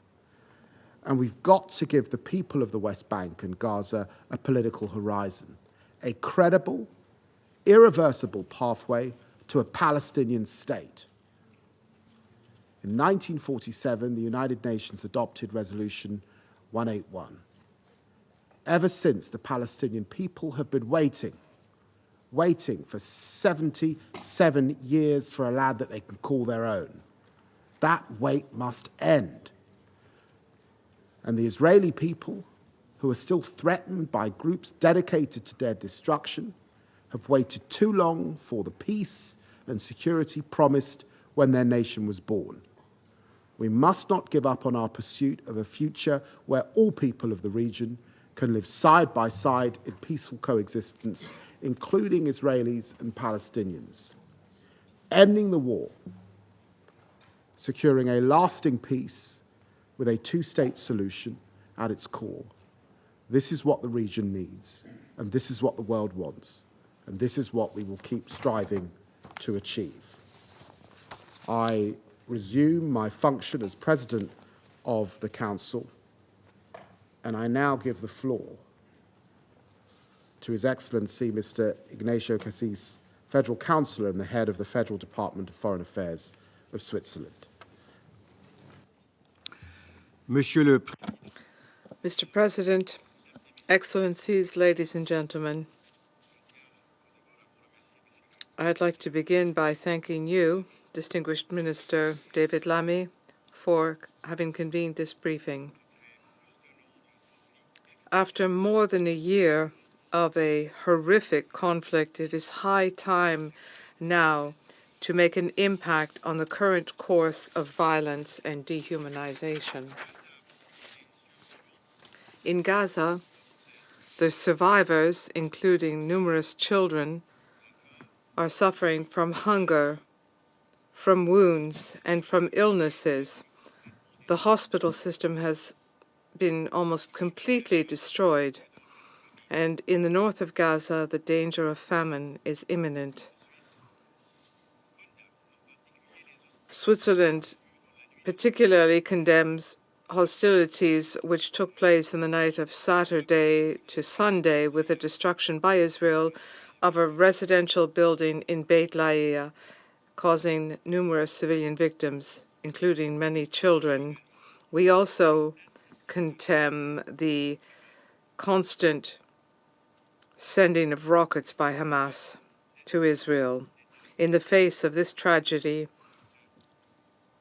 humanitarian aid is getting through extremely slowly, as the President himself has just noted.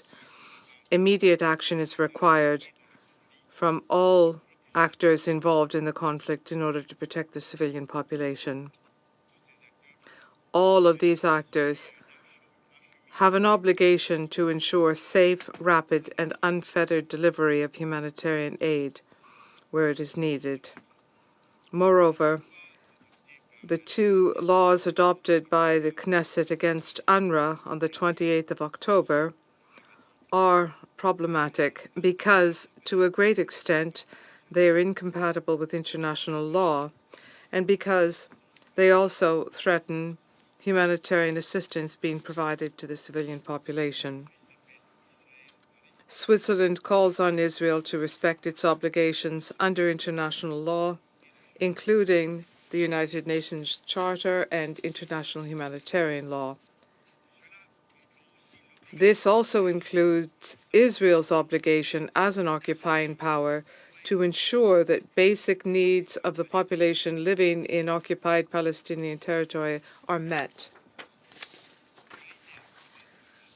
I also reiterate my call for an immediate ceasefire in Gaza and for the immediate unconditional release of all hostages. Switzerland is also concerned at the escalation of violence in the West Bank, and we reject any calls aimed at an annexation of that territory. I also call for an immediate ceasefire in Lebanon and for the comprehensive implementation of Resolution 1701 by all parties. Mr. President, Excellencies, ladies and gentlemen, without any further delay, we must find common ground for humanity, and we must construct a building of peace which is firmly rooted in international law, including the UN Charter and international humanitarian law. We are all very familiar with the political solution, a two-state solution offering Israelis and Palestinians the possibility of living in peace and security. I have already referred to that here in this Council on the 29th of October. On this point, I would express my country's support for the joint efforts of the 94 states and international organizations which recently met in Riyadh during the Global Alliance for the Implementation of the Two-State Solution Conference. Switzerland will also participate in the upcoming conference on the 28th of November in Brussels. Mr. President, ladies and gentlemen, we need clear-cut proposals aimed at bolstering and reforming the Palestinian Authority through legal, political, and economic measures. In order to build lasting peace in the Middle East, we must invest in young people. I am convinced that new generations who aspire to a future of life and not of death are capable of working towards reconciliation and countering hatred and extremism. We must be accountable for our actions for this young generation. Let us make sure that we do not miss this opportunity, leading to a lost generation. I thank you for your kind attention. Well, I thank His Excellency, Mr. Cassis, for his statement. I now give the floor to Her Excellency, Ms. Linda Thomas-Greenfield, Permanent Representative of the United States and member, of course, of President Biden's cabinet. Thank you, Foreign Secretary Lammy. Thank you for your remarks and for bringing us together today. I welcome ministers participating in this important meeting today, and I thank Special Coordinator Winsland for his briefing. Colleagues, I won't mince words. The situation in the Middle East requires an urgent diplomatic solution. For more than a year, we've seen devastating civilian suffering in Israel and Gaza, the West Bank and Lebanon, and we've seen upheaval and unprecedented attacks by Iran and its proxies. Against this backdrop, the United States has exercised leadership and resolve in pursuing clear objectives in the war in Gaza. In the war in Gaza by securing the release of hostages while surging aid to Palestinians who did not start and cannot end this conflict. Avoid a broader regional war while forcefully countering Iran's terrorist proxies and destabilizing activities and demonstrating an ironclad, unprecedented commitment to Israel's security. And press for the full implementation of the Council's resolutions, including Resolution 1701. These remain the United States' objectives, and we do see a path to achieving them. Secretary Blinken has stated it is time to end the war, and he is committed to doing everything possible to achieve that. Israel accomplished the goal it set out for itself, dismantling Hamas's military organization and eliminating Hamas's leadership responsible for October 7th. Now we need to ensure the hostages come home and that Hamas does not return to power. Of course, despite public claims to the contrary, Hamas has refused to engage on any of the numerous proposals put forward in the past 8 weeks. Indeed, Qatar has expressed its frustration at Hamas's unwillingness to engage seriously. Still, we will not give up on this diplomacy. As we press for an end to the war, Israel must also urgently take additional steps to alleviate the catastrophic humanitarian situation in Gaza. The United States has been specific about what exactly Israel must do to improve the situation for Palestinian civilians. We're closely tracking Israel's actions in this regard and engaging with its leaders every single day, and there has been some progress. Israel is currently working to implement 12 of the 15 steps we have outlined. Still, we need to see all steps fully implemented and sustained. And we need to see concrete improvement in the humanitarian situation on the ground. That includes Israel allowing commercial trucks to move into Gaza alongside humanitarian assistance. This is crucial to avoiding famine. We also need Israel to address persistent lawlessness so that the hundreds of trucks of aid arriving at crossing points into Gaza can reach people in need. Most significantly, we need real and extended pauses in fighting and combat in large areas of Gaza, again, so as to enable assistance to reach people in desperate need. Colleagues, this conflict was stoked and exploited by Iran, which provided support to regional proxies and partners and directly put millions of innocent Israelis, Palestinians, and Lebanese civilians at risk. The United States has responded forcefully, deploying its military assets on 2 occasions when Iran launched unprecedented ballistic missile attacks on Israel. And as President Biden has made clear, we will continue to stand alongside Israel and all of our regional partners in defending against Iran's destabilizing regional actions.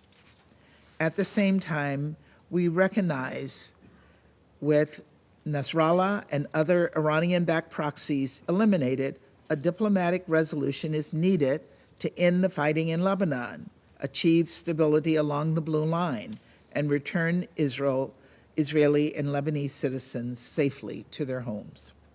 Israeli officials last week underscored their openness to a diplomatic resolution that would do just that. We all know that this requires Hezbollah to withdraw from an area between the Blue Line and the Litani River, as well as the full deployment of the Lebanese armed forces throughout the south. For far too long, Hezbollah has threatened the security of Israel, Lebanon, and the region. With support from Iran, Hezbollah built up its forces in plain sight and in disregard of resolutions 1559 and 1701. This cannot and must not reoccur. Rather than call for unconditional ceasefires that Iran and its proxies have no intention of honoring, members of this council should speak with one voice in support of diplomatic efforts to achieve a durable end to the fighting. In addition, we expect all parties to respect the safety and security of UNIFIL personnel and premises and take steps to ensure UNIFIL's ability to operate freely and in accordance with its mandate. Peacekeepers must not be targeted. Colleagues, the United States is steadfast in its commitment to Israel's security. As President Biden has said, U.S. support for the safety of the Israeli people, the security of Israel, and its right to exist as an independent state are unshakable. But U.S. military support alone will not solve Israel's security challenges and protect its people, nor will proposals to annex the West Bank or construct Israeli settlements in Gaza, which, if implemented, would sow the seeds of further instability and create new obstacles to full integration of Israel into the region. This cannot be a time to waver in our commitment to a two-state solution. Our diplomacy will provide a path forward. Palestinian dignity and self-determination and Israel's security needs are mutually reinforcing, mutually exclusive. To help Lebanon exercise effective control over its territory and see Resolution 1701 fully implemented, and to strengthen regional and international resolve to deny Iran and its enablers the ability to dictate the course of events in the Middle East. Through diplomacy, this region can begin to heal and rebuild a better future, one without Iran and its proxies, Hamas and Hezbollah, exerting undue influence, one in which Israelis and Palestinians are afforded equal measures of peace and security, one in which the limitless pain we're seeing today gives way to the limitless understanding I believe and I know is possible. Thank you, Mr. President. I thank Her Excellency Ms. Thomas Greenfield for her statement, and I now give the floor to His Excellency Mr. Marko Čučin, Deputy Minister for Foreign and European Affairs of Slovenia. Thank you, Minister, for organizing this meeting, and thank you, Mr. Vannesland, for your briefing. Looking back in history, this past year will stand out as a year of monumental shifts for the world as a whole, and in particular for the Middle East. For people in the region, this was a year of pain and destruction never seen before. Nothing in recent history could be compared to the brutality that we see in Gaza today, to the number of civilians killed, to the number of women and children killed. Nothing in recent history could be compared to the number of displaced people. As the latest Human Rights Watch report states, 90% of the population of Gaza, 1.9 million Palestinians, were displaced over the last 13 months. There should be no doubt, humanity has failed again, and the only way to bring back hope is an immediate ceasefire. This Council must voice a united demand for a ceasefire and humanitarian access without delay. Mr. President, colleagues, for political leaders, this was a year of ever-shifting confrontations and shockwaves. A front after front opened, all of them inherently connected to Gaza, yet increasingly spinning off in their own cycles of violence.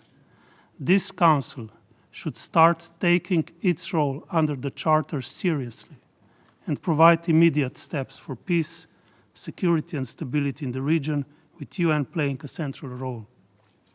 Colleagues, for this organization, this was a year of relentless limitations and attacks.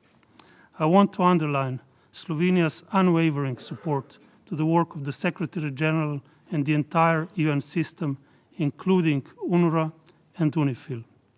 There should be always a united message of Council members in defense of the UN system as it serves humanity on the ground. For the international community as a whole, this was a year of grave violations of international law.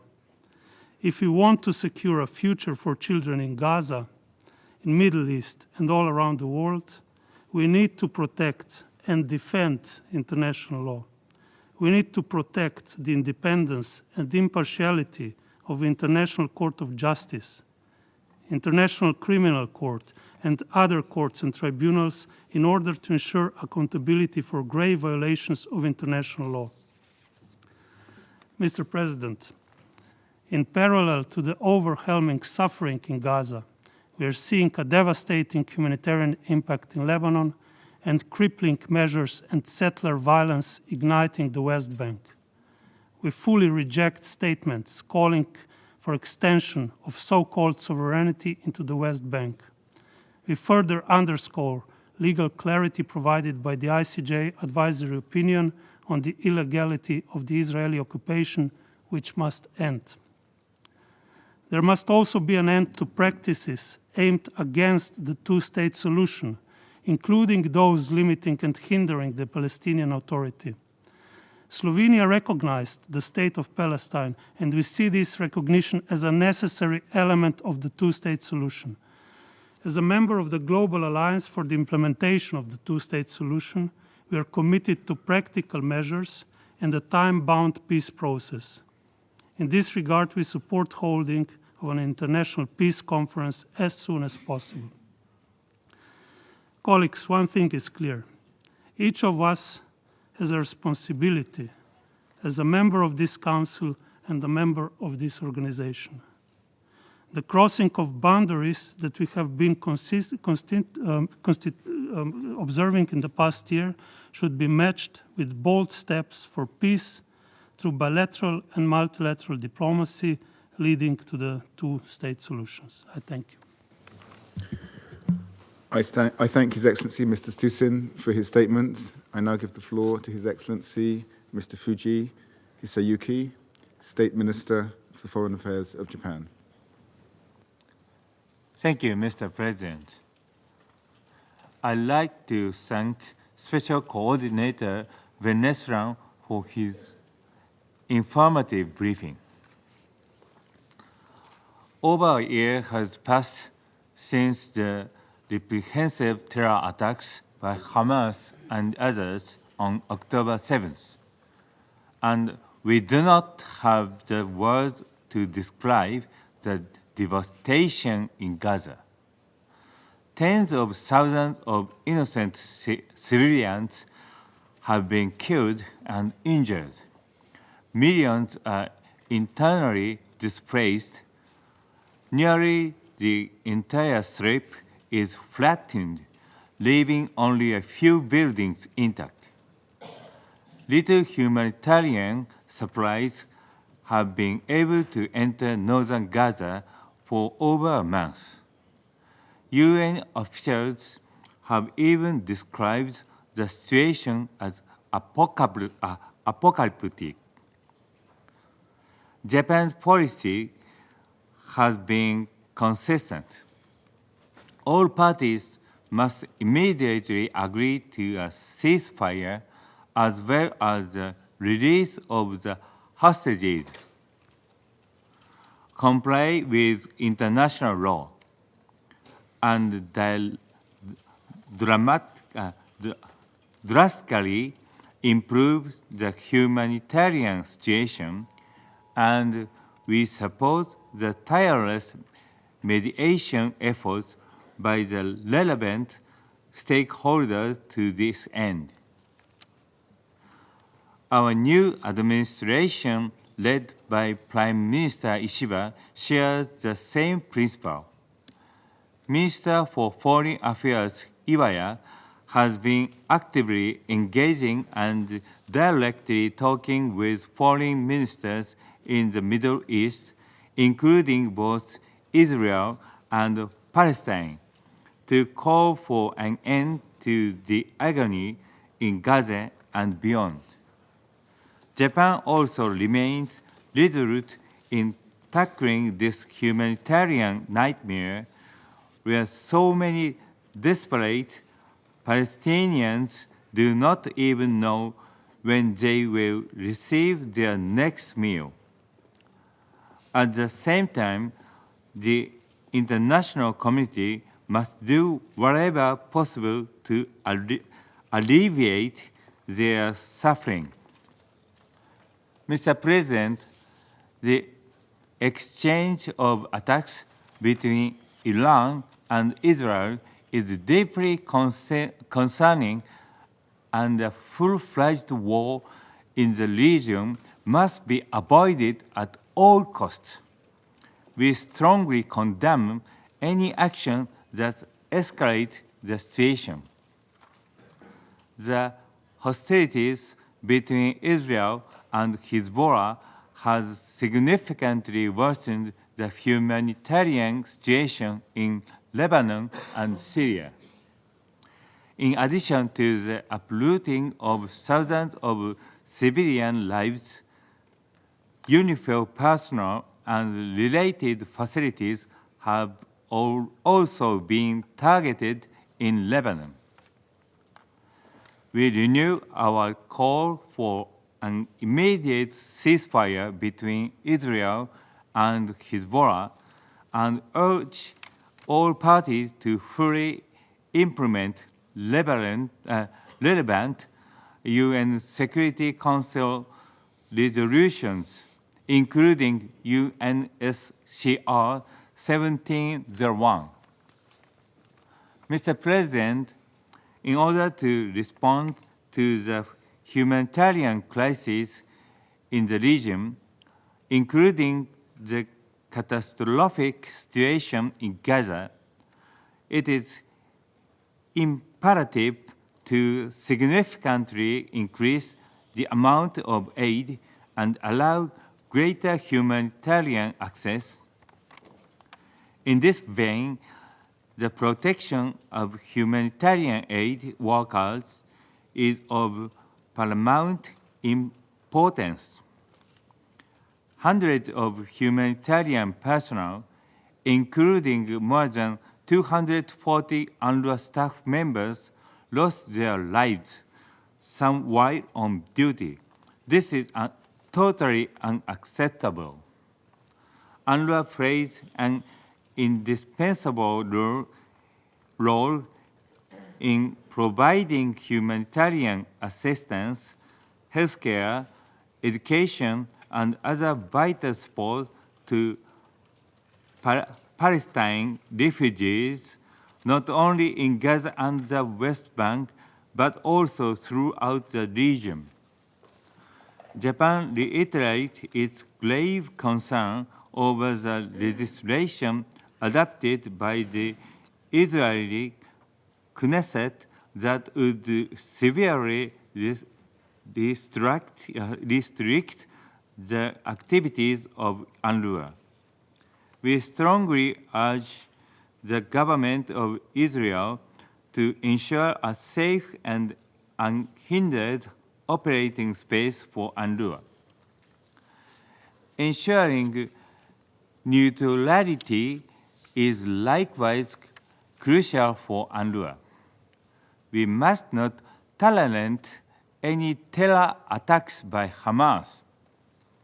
We support UNRWA's effort to implement the recommendations from the Independent Review Group. Mr. President, the situation in the West Bank is rapidly deteriorating with a rise in settler violence. We reiterate our deep regret over the continuing settlement activities by the government of Israel, which are in violation of international law. The only viable solution to the Middle East conflict is the peaceful coexistence of Israel and Palestine.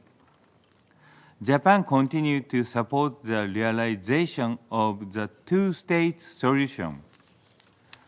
In this regard, we have led several initiatives, such as the Corridor for Peace and Prosperity, which aims to promote regional cooperation by establishing an agro-industrial park in the West Bank and facilitating the transportation of goods.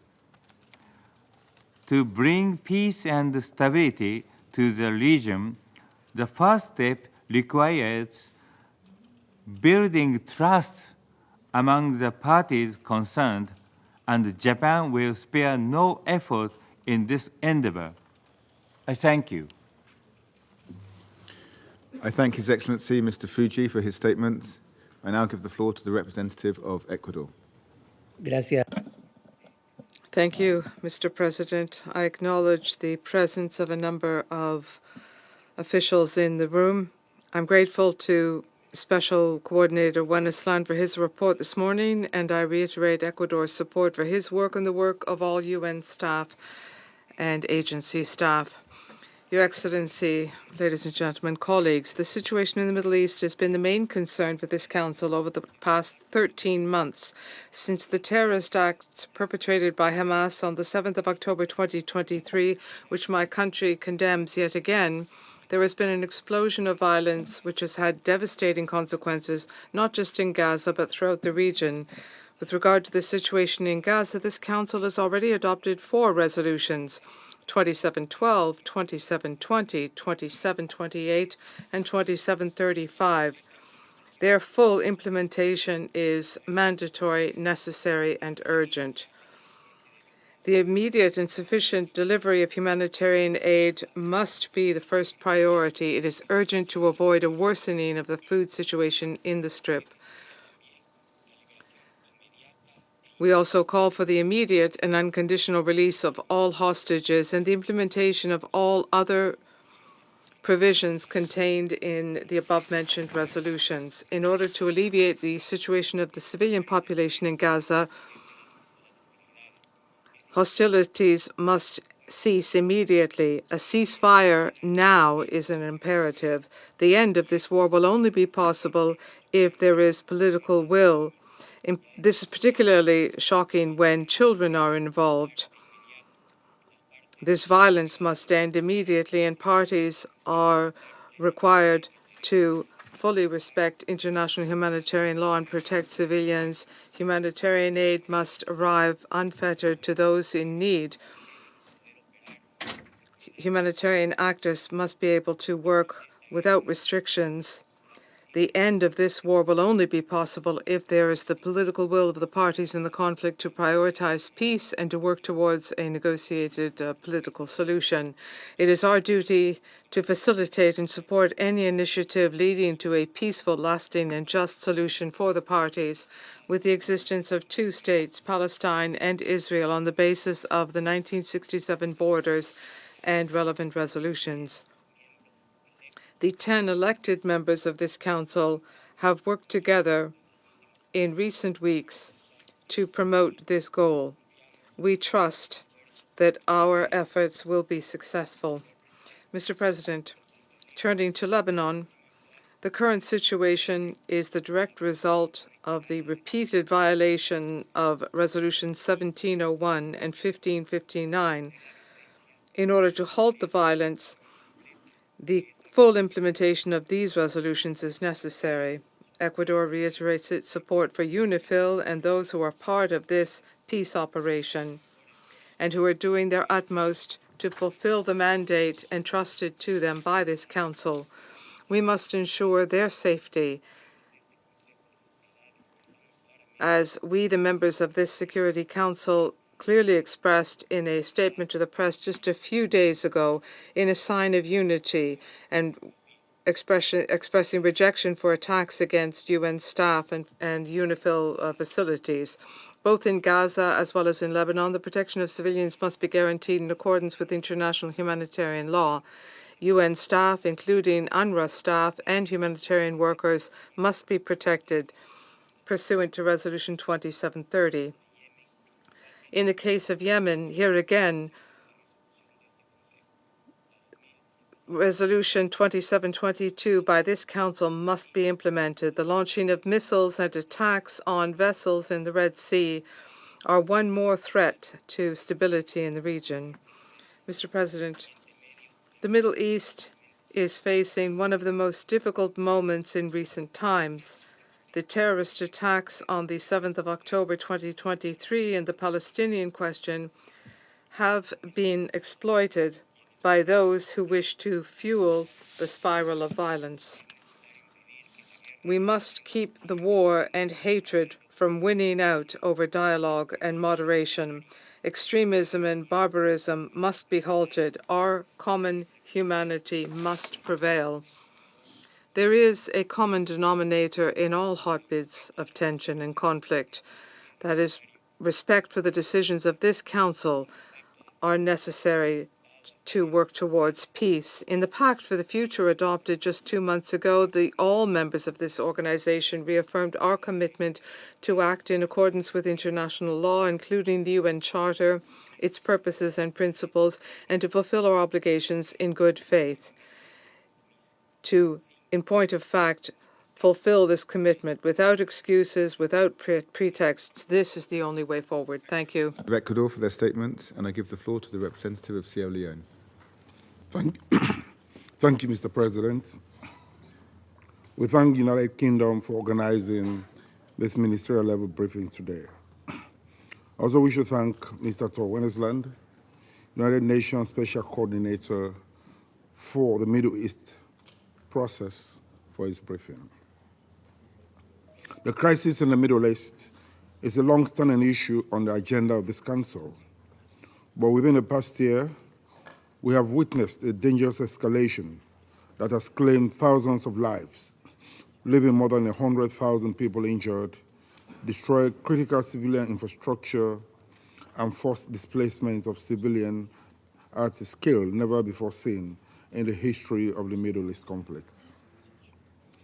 This recent escalation since the 7th October 2023 indicates that a definitive solution is required as a matter of extreme urgency.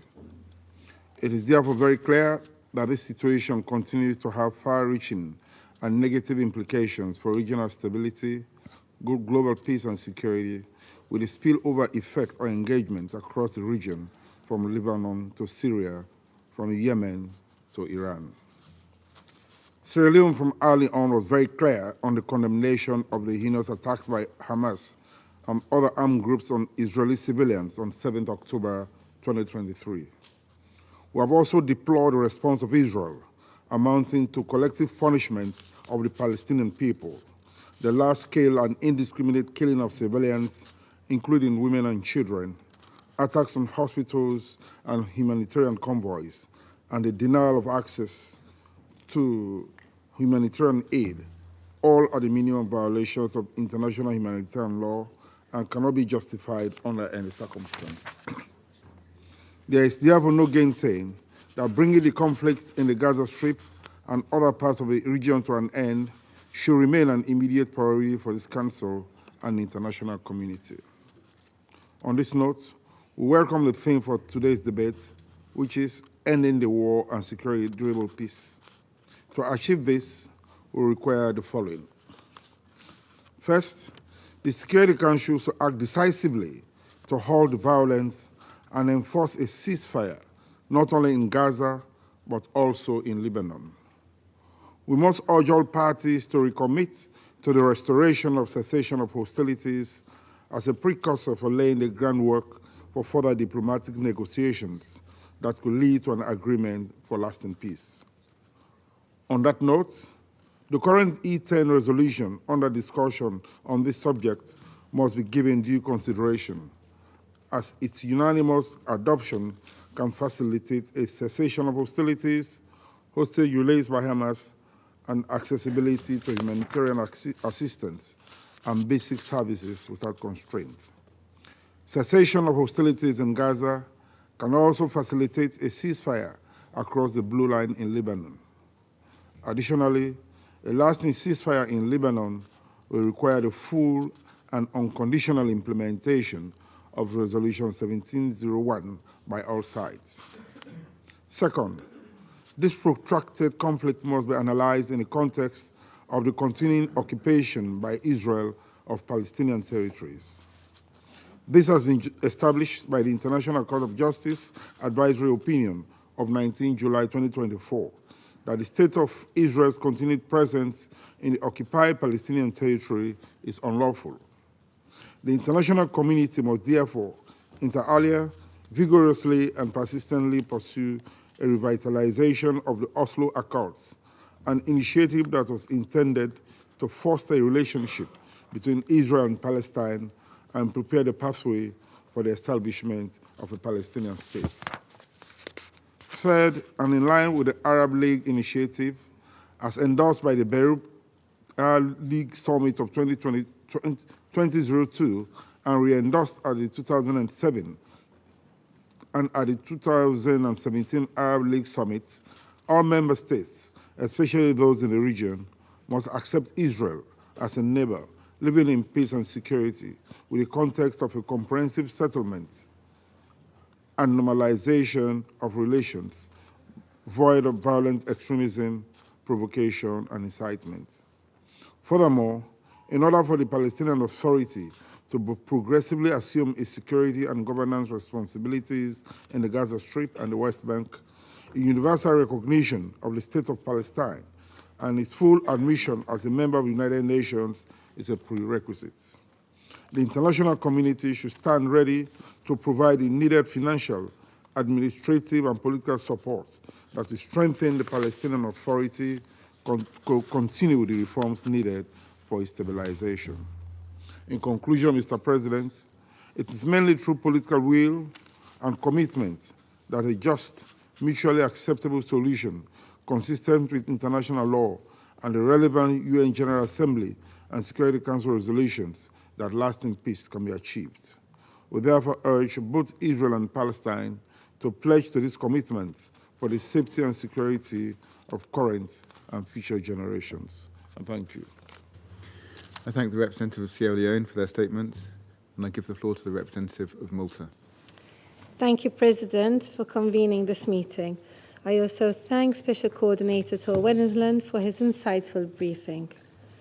Malta is profoundly troubled by the unabating conflict in the Middle East, which has upended prospects for peace and left civilians enduring unimaginable loss and suffering. An immediate, permanent, and unconditional ceasefire in Gaza and across the region, coupled with unhindered humanitarian aid at scale, is desperately needed. We also reiterate our call for the immediate and unconditional release of all those being held hostage since the horrific attacks of 7th October. Realizing these immediate-term priorities is paramount if we are to make headway towards a peaceful solution to this conflict. The Council has the responsibility to address the crisis. This is why the E10 penned a resolution which seeks to unequivocally address these demands. President, the humanitarian crisis in Gaza is, as we have heard, apocalyptic. Relentless bombardment has led to harrowing levels of civilian casualties, particularly women and children. The denial of critical humanitarian aid exacerbates this tragedy, as North Gaza now grapples with famine. This Council's demands for unhindered and sustained humanitarian access across Gaza, which is in line with international humanitarian law, must be immediately heeded by Israel.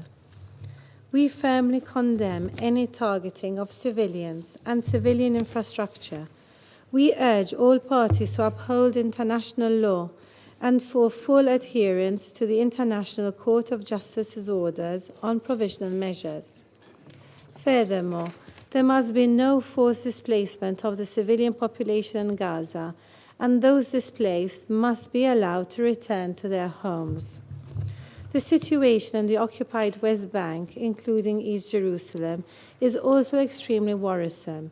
Illegal settlement expansion, abuses against Palestinians and settler violence fuel further instability and entrench the illegal occupation. Critically, these actions threaten the viability of a peaceful two-state solution, and we call on Israel to reverse them. We also recall the ICJ advisory opinion of 19 July that clearly stated that Israel's presence in the occupied Palestinian territory must end as soon as possible. Malta also underscores the importance of maintaining the status quo of the holy sites and for provocations to cease, as they also threaten peace prospects.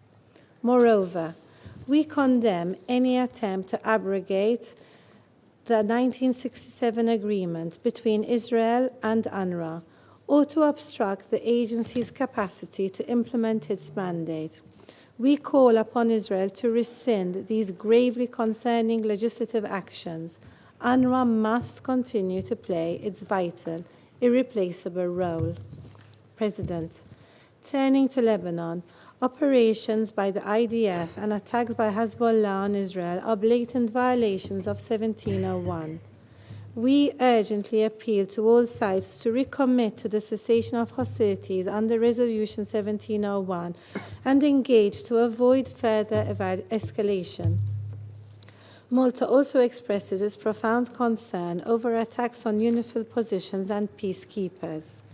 As a troop-contributing nation, we strongly reiterate the obligation on all actors to avoid actions putting peacekeepers or civilians in danger. President, the escalatory diplomatic efforts and the re-establishment of a political framework must be the beacons which guide the region out of this grave insecurity.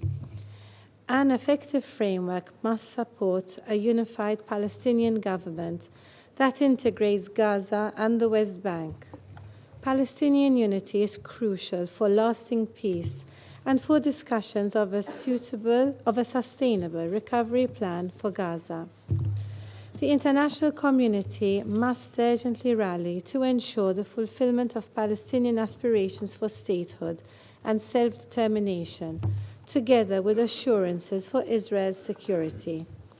Malta once again reaffirms its unwavering commitment to the realization of a credible and irreversible two-state solution along the pre-1967 borders, addressing the legitimate aspirations of both sides, with Jerusalem as a future capital of two states living side by side in peace and security, in line with all relevant Security Council resolutions and internationally agreed parameters. We must not lose sight of this goal. This is the only path to a just and lasting peace. There is no other alternative. Thank you. I thank the representative of Malta for their statement, and I give the floor to the representative of Algeria. President,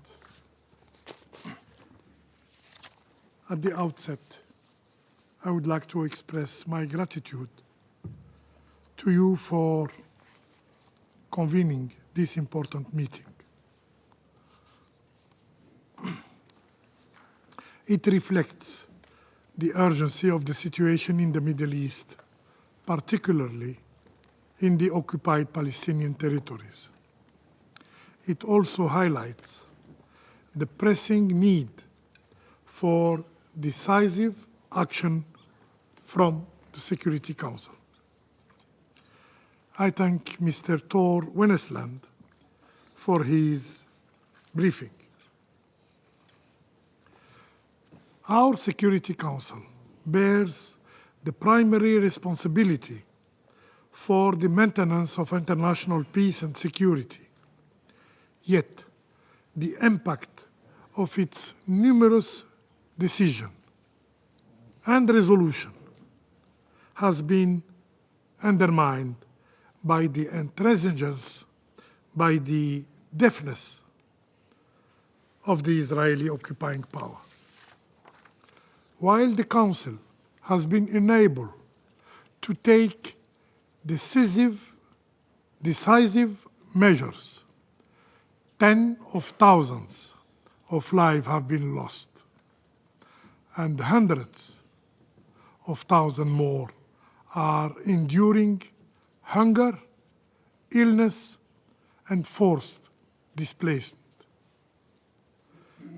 To restore its legitimacy, to restore its credibility, this Council must fully shoulder its responsibility and act promptly and decisively to address this escalating crisis in the Middle East. In this regard,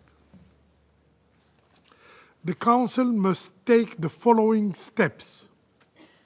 First, the top priority is to halt the ongoing tragedy, to halt the ongoing massacre by imposing, yes, imposing an immediate, permanent, and unconditional ceasefire in Gaza and Lebanon.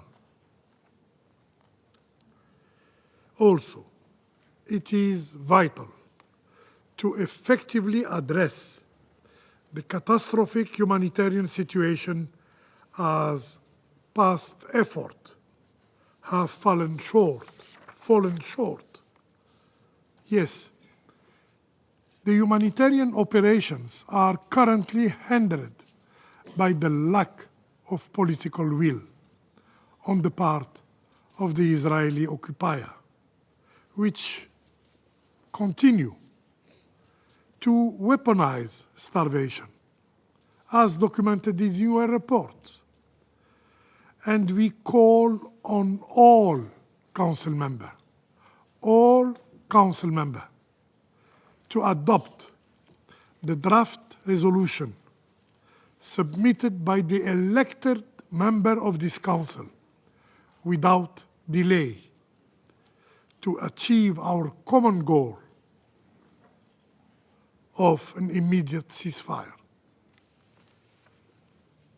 Second, the Council must uphold the provisions of Resolution ES 10/24 of the General Assembly, which outlines a clear roadmap for ending the occupation and establishing a sovereign Palestinian state with Al-Quds Sharif as its capital. This shared objective is now under existential threat due to actions of the Israeli occupying authorities, including annexation plans in the West Bank, settlement expansion, and the displacement of Palestinians in flagrant violation of international law. Third, the Security Council must safeguard the agreed parameters for resolving the Palestinian question by ensuring Palestine's full membership in the United Nations, admitting Palestine as a full member state to the UN, reinforce international law, and compels the Israeli occupying power to comply with global norms. As President Abdelmajid Tebboune stated, and I quote, "It is imperative to take immediate and urgent action to save the peace process, which is facing an unprecedented deadlock. This can only be achieved by compelling the occupation to adhere to the principles of international law, implementing UN resolution, and by intensifying efforts to secure Palestinians' full membership to the United Nations." End of quote. Fourth, Mr. President, the Council must ensure the enforcement of its resolution. Yes, by imposing sanctions on those who violate international law. Despite its explicit stance on the illegality of settlement,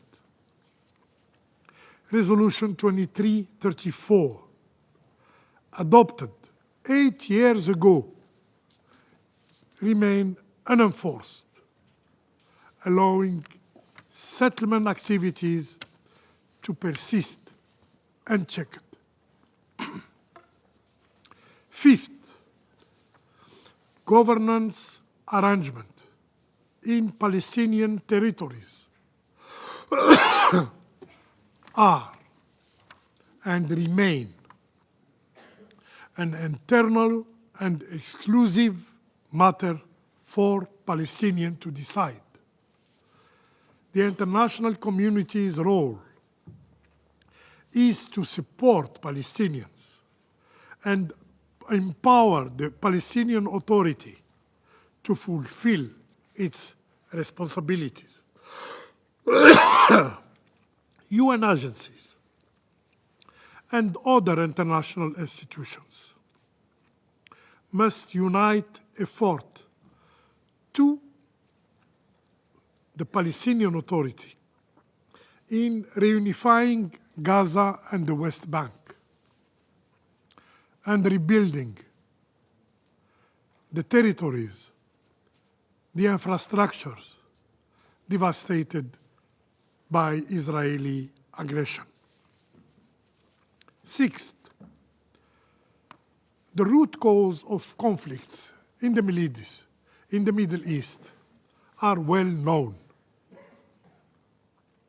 It is the Israeli occupation of Palestine, of Lebanon, of Syria. The Council must enforce its proper resolution, including Resolution 1701 and 497, to end the occupation and restore peace across the region. Mr. President, the cost of silence and inaction is steep. Today, Palestinians, Lebanese are paying with their lives. Tomorrow, the consequences will spiral further. The failure of this Security Council and of the international community to implement its own decisions, its own resolutions, perpetuates a system dominated by force and erodes justice and the rule of law. The Security Council bears the heavy responsibility to prevent the collapse of the international legal order. The time for action is now. It is imperative to restore hope of peace, to restore hope for peace, and to uphold the principle of justice and international law. I thank you. I thank the representative of Algeria for their statement, and I give the floor to the representative of France. Monsieur le Président. Mr. President, I would like to thank Mr. Venezuelan for his briefing. The Security Council needs to rally to achieve an immediate, permanent, and unconditional ceasefire in the Gaza Strip. France does hope that the Security Council will soon be able to speak with one voice on this. France calls upon Israel to ensure the protection of all civilians and all civilian infrastructure. France would reiterate that all forced displacement of persons constitutes a serious violation of international law. Resolution 2417, which condemns the use of famine as a weapon of war, the absence of access, humanitarian access, and the deprivation of essential goods to civilians, is something that's crucial. Any obstacles to aid and humanitarian supplies in the north of Gaza must be lifted immediately. All crossing points need to be open and reopened for humanitarian assistance to be delivered in the Gaza Strip. France will never cease to condemn the barbaric terrorist attacks and the sexual violence committed by Hamas on the 7th of October. All hostages must be release, the Security Council also, based on agreed upon parameters, needs to strive to find a two-state solution. There need to be security guarantees for the Israeli. There's also the need for an independent, viable, contiguous, independent state for the Palestinians. The Palestinian Authority has a key role to play in this process in the West Bank and also in Gaza, that of course need to be part of this future Palestinian state. France will continue to strive for these goals in conjunction with its partners. In Lebanon, the war must cease as soon as possible. There is a clear solution. There's a need to fully implement Resolution 1701. This is the recognized framework, and it is more relevant than ever. It imposes obligations on all parties. We need to ensure that 1701 be respected by all parties. UNIFIL plays to this end a key role. It needs to be able to do more, taking into consideration the realities on the ground, whilst strictly sticking to its mandate. There's also a need for the Lebanese government to be able to continue the deployment of the Lebanese armed forces south of the Litany. The 24th of October conference raised $200 million to this end. Along these lines, France continues its contacts with all the different parties to achieve lasting stability along the Blue Line. Thank you. Thank the representative of France for their statement, and I give the floor to the representative of Guyana. Mr. President, thank you for convening this important meeting. I also thank Special Coordinator Wennesland for his sobering briefing. Mr. President, peace and freedom are the natural aspirations of all of our peoples, and a Middle East at peace is possible. However, it requires a commitment to peace by all countries in the region and the international community, and to achieving that peace through dialogue and diplomacy premised on the rule of international law. Bombs and bullets cannot guarantee security for any country, but on the contrary, heighten mistrust and potentially breed extremism.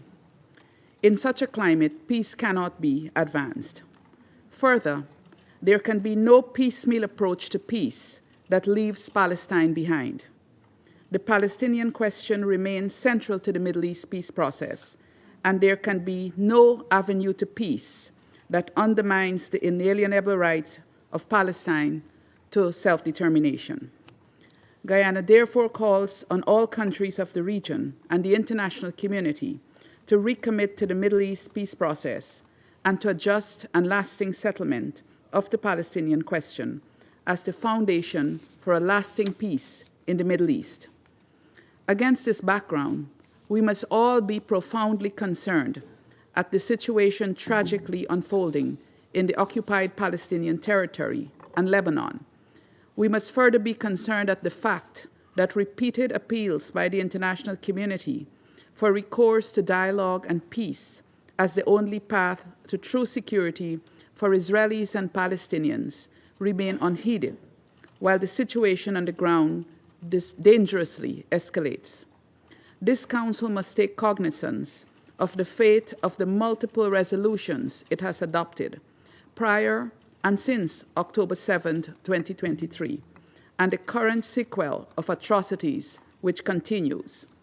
We must also reckon with the disregard of orders issued by the International Court of Justice in January and March of this year, which are binding in international law. Mr. President, the lack of compliance with international law and obligations relative to the ongoing atrocities in the occupied Palestinian territories and Lebanon is an obstacle to peace in the Middle East.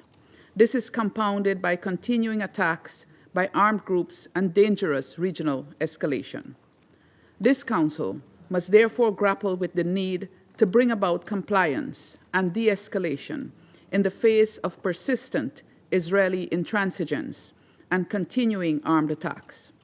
Achieving this is the foundation for securing an immediate end to the conflicts in Gaza and Lebanon, the immediate release of the hostages, and for laying the groundwork for lasting peace in the region. The ongoing wars in Gaza and Lebanon have severely aggravated insecurity in the region, and any viable peace process must begin with a permanent and unconditional end to the hostilities. Guyana therefore reiterates its call for an immediate, permanent, and unconditional ceasefire in Gaza and Lebanon. Mr. President, to ensure that a ceasefire is sustained, there must be a suite of measures to ensure that atrocities are brought to an end and that peace is advanced in the region. These measures must include a strong accountability framework so that atrocities are not committed with impunity. The lack of accountability in these wars continues to breed record levels of impunity, with the victims being thousands of innocent civilians who are subject to killing, injury, starvation, and other indignities. The measures must also include action by all member states to ensure that they are not contributing to the perpetuation of the wars. Mr. President, in relation to the occupied Palestinian territory, and as we look ahead, it would be useful for there to be an international mechanism to ensure that a ceasefire is upheld and to guarantee the safety and security of civilians. In the case of Lebanon, the violations of Resolution 1701 must end, and UNIFIL must be allowed to fully implement its mandate. Guyana therefore calls for the attacks against UNIFIL peacekeepers to cease and for Hezbollah to fulfill their obligations under Resolution 1701, and Israel as well. Mr. President, a fully functioning Palestinian Authority is a critical forerunner to a strong and independent Palestinian state. It is therefore important for the international community to support the Palestinian Authority as it governs the occupied territories. Support includes, inter alia, ensuring that revenues due to the Palestinian Authority are not withheld by Israel. It also includes safeguarding the critical role of UNRWA in the occupied Palestinian territories. In closing, Mr. President, we are at a critical juncture in the Middle East peace process. It has been an extremely costly moment, measured in lives, mainly Palestinian women and children's lives.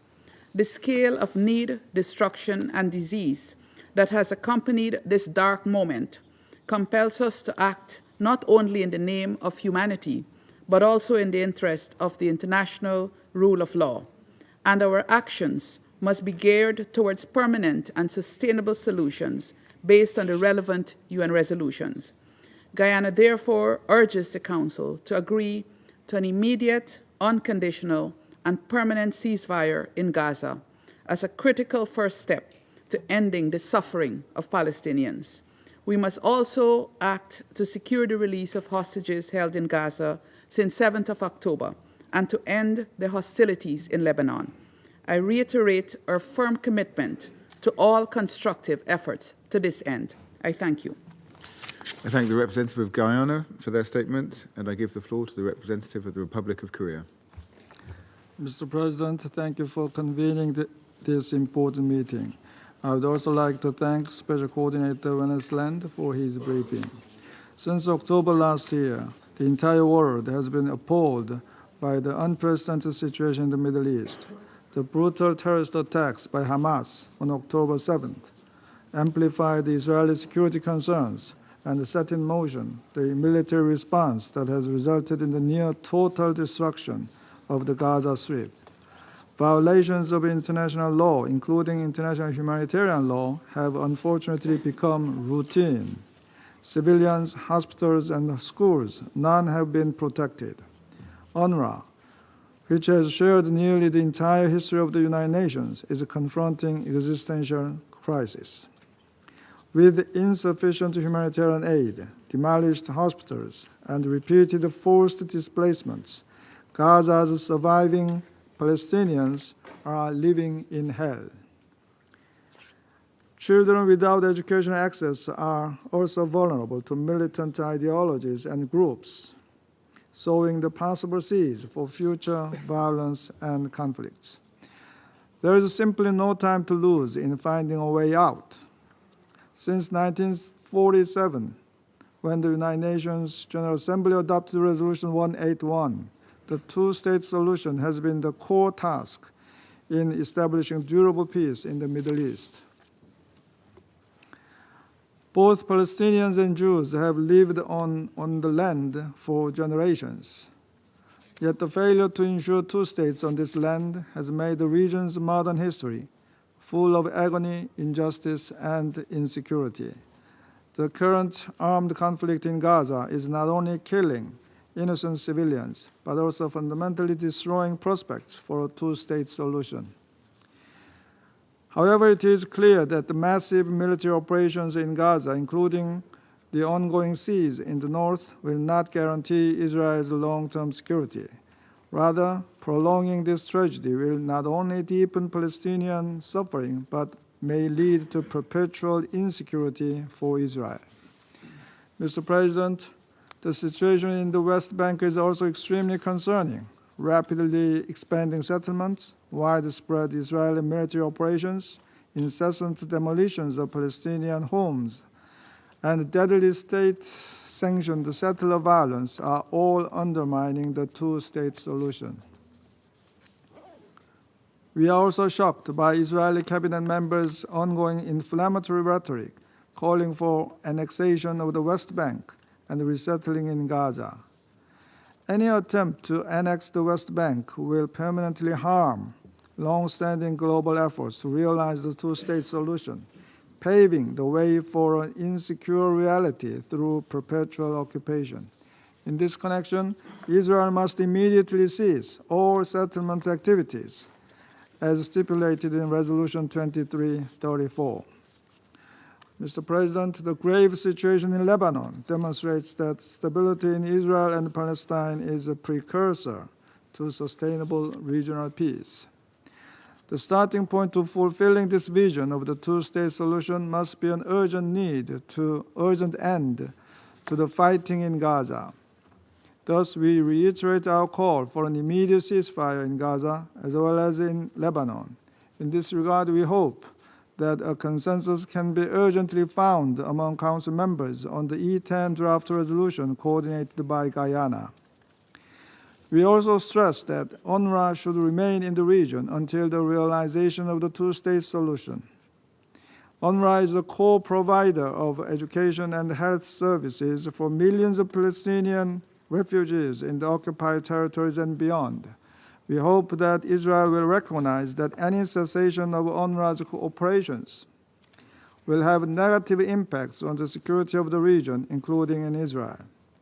Lastly, as Resolution 2735 provides, we believe that Gaza and the West Bank should be unified under the Palestinian Authority.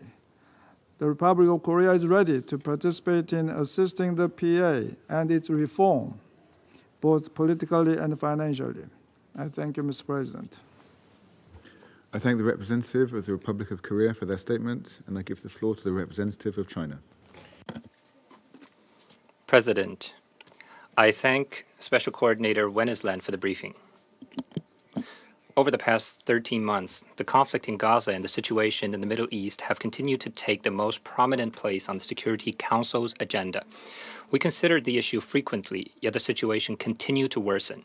We adopted resolutions requesting an immediate ceasefire, yet a ceasefire remains elusive to this day. Instead, the fighting has only intensified.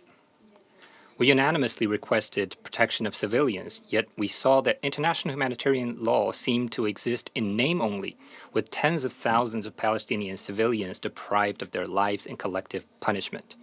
Time and again, we requested expanding humanitarian assistance, yet Israel repeatedly cut off humanitarian supplies and attacked humanitarian assistance personnel.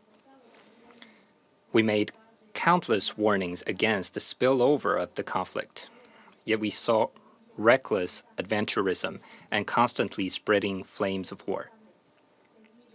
We have to painfully admit that on the Palestinian question, the Security Council has failed to effectively discharge its duties and has failed to respond to the expectations of the international community, which one can say is most disappointing. However, it needs to be pointed out that the unsatisfactory performance of the Security Council is not caused by differences between some countries and some others, but rather due to the fact that one permanent member has been on the opposite side of the international community. Had it not been for the repeated exercise of the veto by the US, or its claim that Security Council resolutions are not binding, the Security Council wouldn't have been so weak and incompetent. Had it not been for the continued provision of weapons by the US, the war wouldn't have lasted for so long and wouldn't have caused such massive destruction. The current situation in the Middle East remains extremely precarious. It is unacceptable for the Security Council to continue to remain at a standstill and do nothing. We call upon all members to stand united and support the Council in taking strong action. First, an unconditional and immediate ceasefire must be imposed. A ceasefire is the prerequisite for saving lives and restoring peace. Linking the issue of a ceasefire with other issues and even setting preconditions for a ceasefire is essentially giving a green light to prolong the war and condoning continued killing. The Security Council must, in no ambiguous terms, request an immediate and unconditional ceasefire in Gaza. Israel should also let go of its obsession with the use of force and stop the violations against other countries including Lebanon, Syria, and Iran. Second, humanitarian assistance must be expanded. Gaza is undergoing an unprecedented and man-made humanitarian disaster. There is no denying this fact, and the causes are unarguable.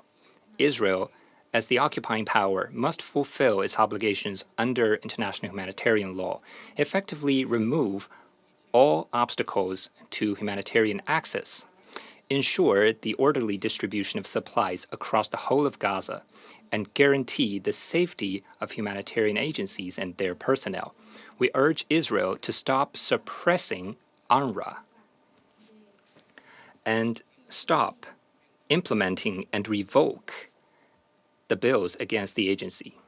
Third, unilateral actions in violation of international law must be stopped. International law and relevant Security Council resolutions provide the fundamental guidance for settling the Palestinian question. We express grave concerns over reports that Israel is seeking to station its military in Gaza for the long term, build a so-called buffer zone, and even rebuild settlements. We reiterate that any acts to change the population or territory of Gaza are unacceptable. The future governance arrangement for Gaza should be determined independently by the Palestinian people. The illegal settlements in the West Bank erode the foundation for establishing an independent state of Palestine. Worse still, the dangerous attempts to annex the West Bank will completely bury the prospects of peace in the Middle East. The international community must firmly reject them. Fourth, the two-state solution must be reactivated. The two-state solution is the only viable way out for the Palestinian question. Now more than ever, revitalizing the two-state solution requires the guarantee of the international community. China welcomes efforts by Saudi Arabia, the EU, Norway, and others to revitalize the two-state solution. We support convening a more broad-based, more authoritative, and more effective international peace conference with the aim of formulating the timetable and roadmap for implementing the two-state solution. We expect progress to be made at the emergency special session of the GA regarding the request for the International Peace Conference on implementing the two-state solution. President, the E10 have already proposed a draft resolution requesting an immediate ceasefire in Gaza. This represents a fresh round of efforts by the Security Council to stop the war and restore peace. China supports the prompt vote on and adoption of the resolution by the Council. I wish to conclude by pointing out that every moment leaves its record in history. At present, any delay and obstruction of the Security Council's actions will ultimately face the judgment of history. Thank you, President. I thank the representative of China for their statements, and I give the floor to the representative of Mozambique. Mr. President, Mozambique commends the UK presidency for convening this important briefing on the situation in the Middle East. We extend our sincere appreciation to Mr. Tor Wensland, the United Nations Special Coordinator for the Middle East peace process.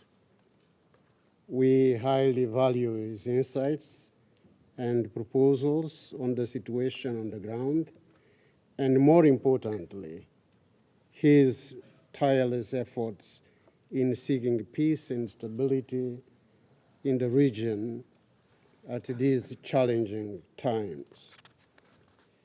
Mr. President, the conflict in the Middle East has become a central focus of the international community as a whole. It has also featured high on the agenda and the work of this Council.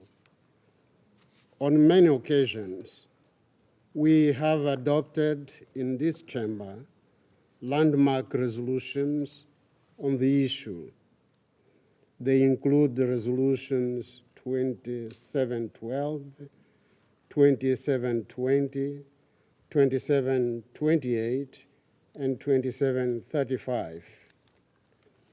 Those resolutions have reiterated the need for an immediate and lasting ceasefire, the release of hostages, and the free flow of humanitarian assistance to the people in Gaza.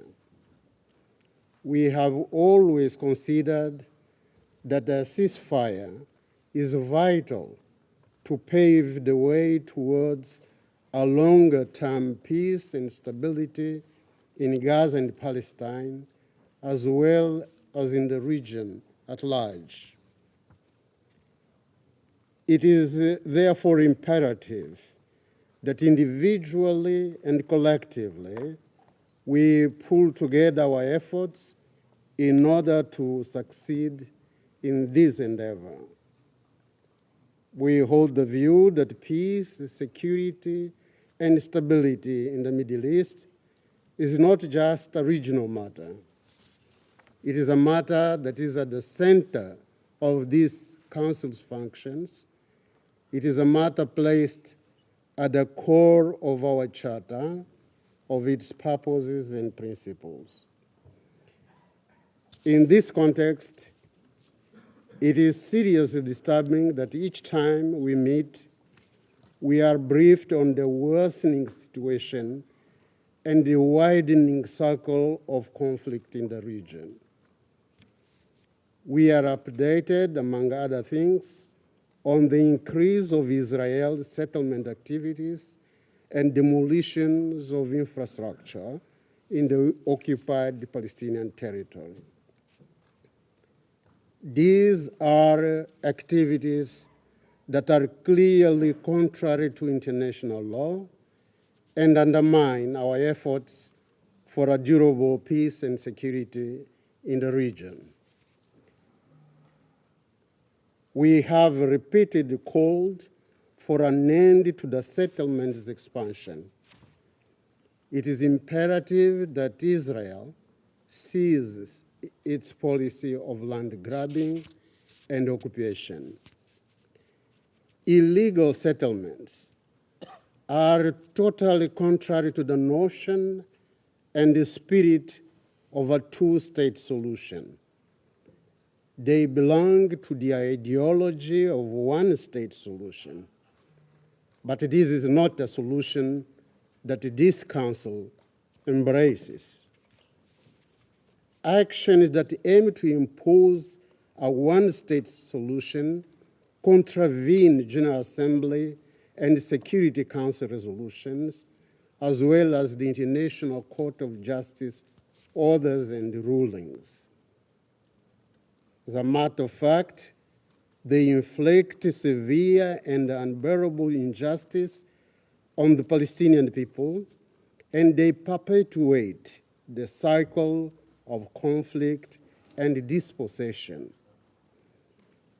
We take this opportunity to once again affirm Mozambique's full support for and recognition of the state of Palestine. Palestine is a peace-loving state that has the right to self-determination and is fully entitled to our seat in the family of the United Nations as a sovereign and independent nation. We believe this is a sine qua condition to bringing about to fruition a two-state solution and the establishment of a lasting peace and security in the Middle East.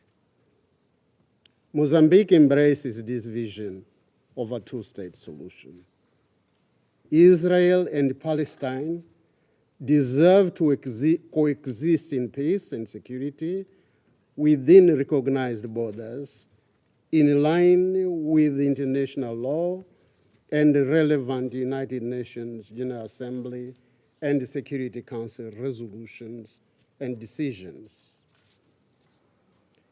In this context, the reconstruction of Gaza Strip is crucial and urgent.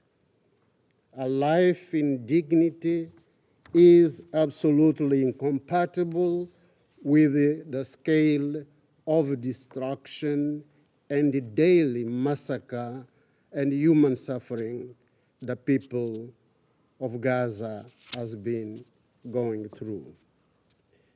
Mr. President, lastly, we wish to pay tribute to the work of UNRWA in favor of the Palestinian people.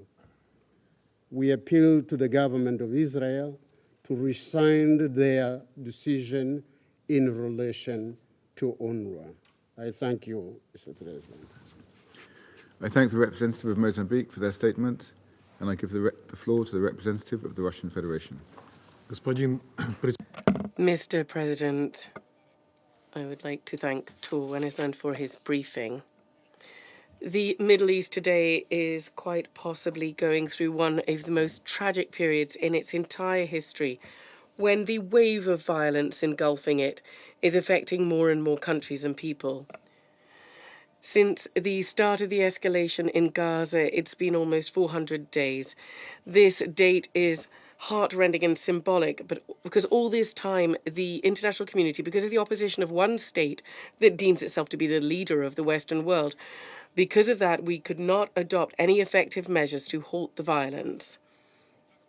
The UK Foreign Secretary is very fond of historical forays on colonialism. And I would urge him to have a good think about the basic question that has a direct impact on what's happening today. It would be difficult for him to do this. He is absent at the ministerial meeting convened by his own country. What is the real source of the vortex of instability that the Middle East region is being pulled further and further down into?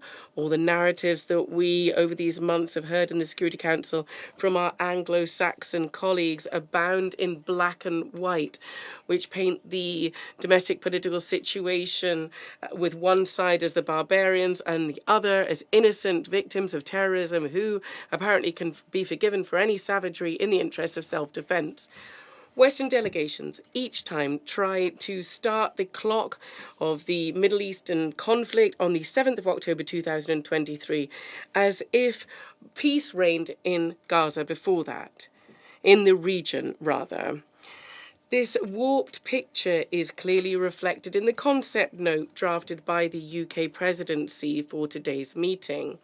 It's astonishing that it makes no mention whatsoever of the punitive operation by Israel in the sector, in the Gaza Strip and the West Bank that has killed 43,000 Palestinians, and the land invasion by the country into Lebanon.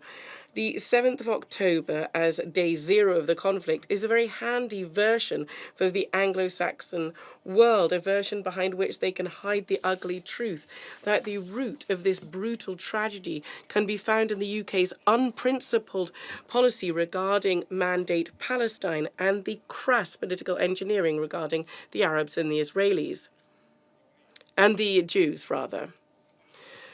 Throughout the whole history of the Middle East, the British Empire viewed this region solely as a launchpad for its great game. It brashly meddled in the affairs of regional states. It took a ruler to draw up borders. It sowed discord. It pitted neighbours against each other without the slightest thought for the people and tried to establish regimes that suited its self-centred interests. The UK and French carve-up of the Arab provinces in the Ottoman Empire, according to the Sykes-Picot Agreement, the Balfour Declaration and the White Paper of Churchill, clearly show examples of colonial polities whereby the fate of entire peoples were resolved without their direct implementation. And the same is true of the divide and rule policy taken by the West towards the Middle East after World War II. The Soviet Union unfailingly helped to establish sovereign Arab states, helped them to gain their genuine independence and establish a future based on their national interests. The role of the USSR, unlike the legacy of the Western colonializers, is still welcomed with gratitude in the Middle East region. The British Empire was changed into the Commonwealth, but the imperialist colonial essence of the British foreign policy, did it really change? Has the UK even once disavowed its colonial past? For us, it clearly has not. The UK has continued to provide Israel with mass military assistance. It voted against or abstained on all Security Council draft resolutions that had direct calls for a ceasefire in Gaza. The UK delegation has refused to support the Council draft resolution on granting Palestine full status as a member state. And on this background, the attempts by London to present itself as a champion of peace in the Middle East and to achieve the two-state solution have a strong whiff of hypocrisy. It's interesting. It's noteworthy that as part of London's pre-existing double standards, hypocritically banging on about the humanitarian situation in Ukraine and Sudan, London and its transatlantic patron has not said one word to condemn the horrific attacks by Israel on civilian objects in Gaza and the targeted strikes on educational and medical facilities that de facto serve the purpose of wiping from the map the healthcare system in the enclave, condemning many more thousand Palestinians to a gruesome death. The US and the UK, right from the start of the escalation in Gaza, de facto gave Israel a license to kill the Palestinian population, ensuring, inter alia, in the UN, international and political cover for any actions of Western Jerusalem. Furthermore, this is not only in Gaza, but also towards Lebanon and also UNIFIL peacekeepers who, on a daily basis, are encountering threats to their lives deliberately posed by the Israeli military. In any other country context, such steps would immediately have been dubbed war crimes. But when we're talking about the self-interested geopolitical game of the Anglo-Saxons, they seem momentarily to forget about international law and the rules of morality.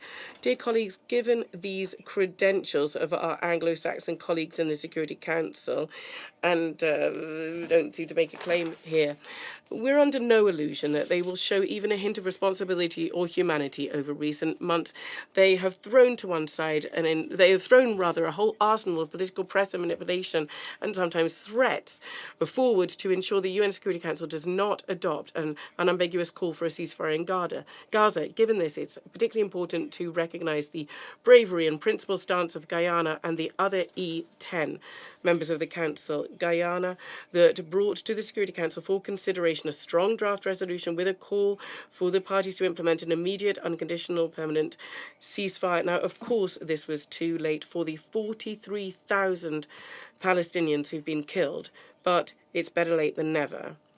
Tomorrow, during the vote, and I do hope it will take place tomorrow, it will be a moment of truth for the Anglo-Saxon tandem in the Security Council. If this tandem, once again, under drummed-up cynical reasons, refuses to support it, then that will mean one thing. Despite all the beautiful, well-calibrated words and slogans and the erroneous concern about the humanitarian needs of the Palestinians, Washington and London openly support an encouraging and continuation of the Israeli punitive operation, the illegal Israeli occupation, the murder of innocent civilians, and the suffering of the hostages and the unlawfully detained Palestinians. And history will never forget this, just as it is never forgotten all the colonial sins of the British Empire. Mr. President, unlike the Western players who, and just like many centuries ago, today are thinking about their self-interested neo-colonial interests, we believe in the wisdom and maturity of our friends in the Middle East and their ability on their own, without external interference, to determine their path to build a peaceful, prosperous region which has a huge potential and has worldwide historic, civilization, religious and cultural significance. We wholeheartedly support the work of the Pan-Arab and Islamic structures playing a key role in pushing for the legitimate rights of the Palestinian people. The onset of a durable peace in the region is only possible by finding a fair solution to the Palestinian issue. Our position remains unchanged. There's a need, along with measures to overcome the active phase of the crisis, there's a need to establish conditions for direct dialogue between the Palestinians and the Israelis on a whole range of final status issues. The outcome of this process should be the achievement of the two-state solution approved by the international community, Israel and Palestine coexisting in peace and security within the 1967 borders. Thank you. I take note of the statement from the representative of the Russian Federation, and I give the floor to the permanent observer of the Observer State of Palestine.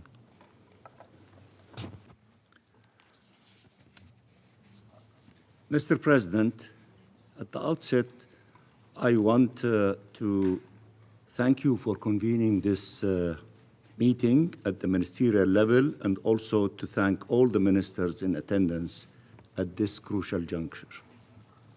Allow me also to thank Mr. Winsland for his sobering briefing, and through him to express our appreciation for all the efforts being undertaken by the United Nations, notably its personnel on the ground, especially UNRWA, the lifeline for millions of refugees, the sole means of survival in Gaza, and doing so while under constant attack and the target of a smearing campaign and unrelenting incitement by Israel, the occupying power, aimed at collapsing the agency and denying millions of essentials of life. Mr. President, 408 days with 2 million Palestinians struggling to survive, chased and haunted from one end of Gaza to the other, displaced and starved. Nowhere is safe, no one man, woman, or child immune from attack, ruthlessly targeted, barely escaping death, only to face death yet again the next day. No one can claim they do not know what is happening in Gaza. No one can claim that civilians are not being killed on purpose, starved on purpose, forcibly displaced on purpose, terrorized on purpose, all part of an undeniable plan for the annexation of the land and annihilation of its people. There is nothing hidden about what Israel is doing in Gaza. It has been exposed by every reliable source there is. It is beyond doubt what plan is being implemented and for what purpose. Every announcement of improvement is contradicted by the deepening suffering of people on the ground, the deepening of the humanitarian catastrophe, the relentless violence further devastating whatever is left of life in Gaza. The only question that matters now is, Are you willing to do what is necessary to stop it? Mr. President, from Palestine to Lebanon, the same illegal and inhumane methods are on full display. No regard for civilian life, no regard for the law, no regard for humanity. The mass killing of civilians and mass destructions continue unabated. Can anyone claim this is not a threat to the peace, threat to international peace and security? If this is not a threat to peace, what is? There is only one course of action for this Security Council: demanding an immediate and unconditional ceasefire under Chapter 7 of the Charter. Let me repeat: demanding immediate and unconditional ceasefire under Chapter 7 of the Charter, as has been called for by the Arab and Muslim Summit in Riyadh on 11 November. A ceasefire has long been the demand of the Palestinian people, of peoples around the world, of governments around the world, and of the families of hostages, because they know this is the only way for families, Palestinian and Israelis, to be reunited in life, not in death. We are on the brink of total collapse of life in Gaza. Inaction means perpetuating the agony, feeding the fire, and allowing death to prevail.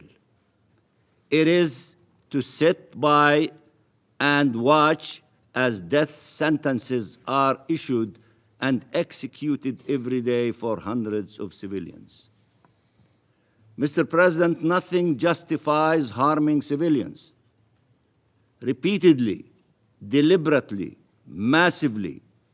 Nothing justifies targeting them, indiscriminate killing them.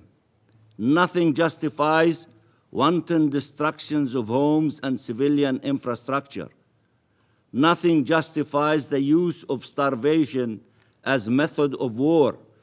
Nothing justifies depriving an entire people of medical care and aid, no less in a time of genocide.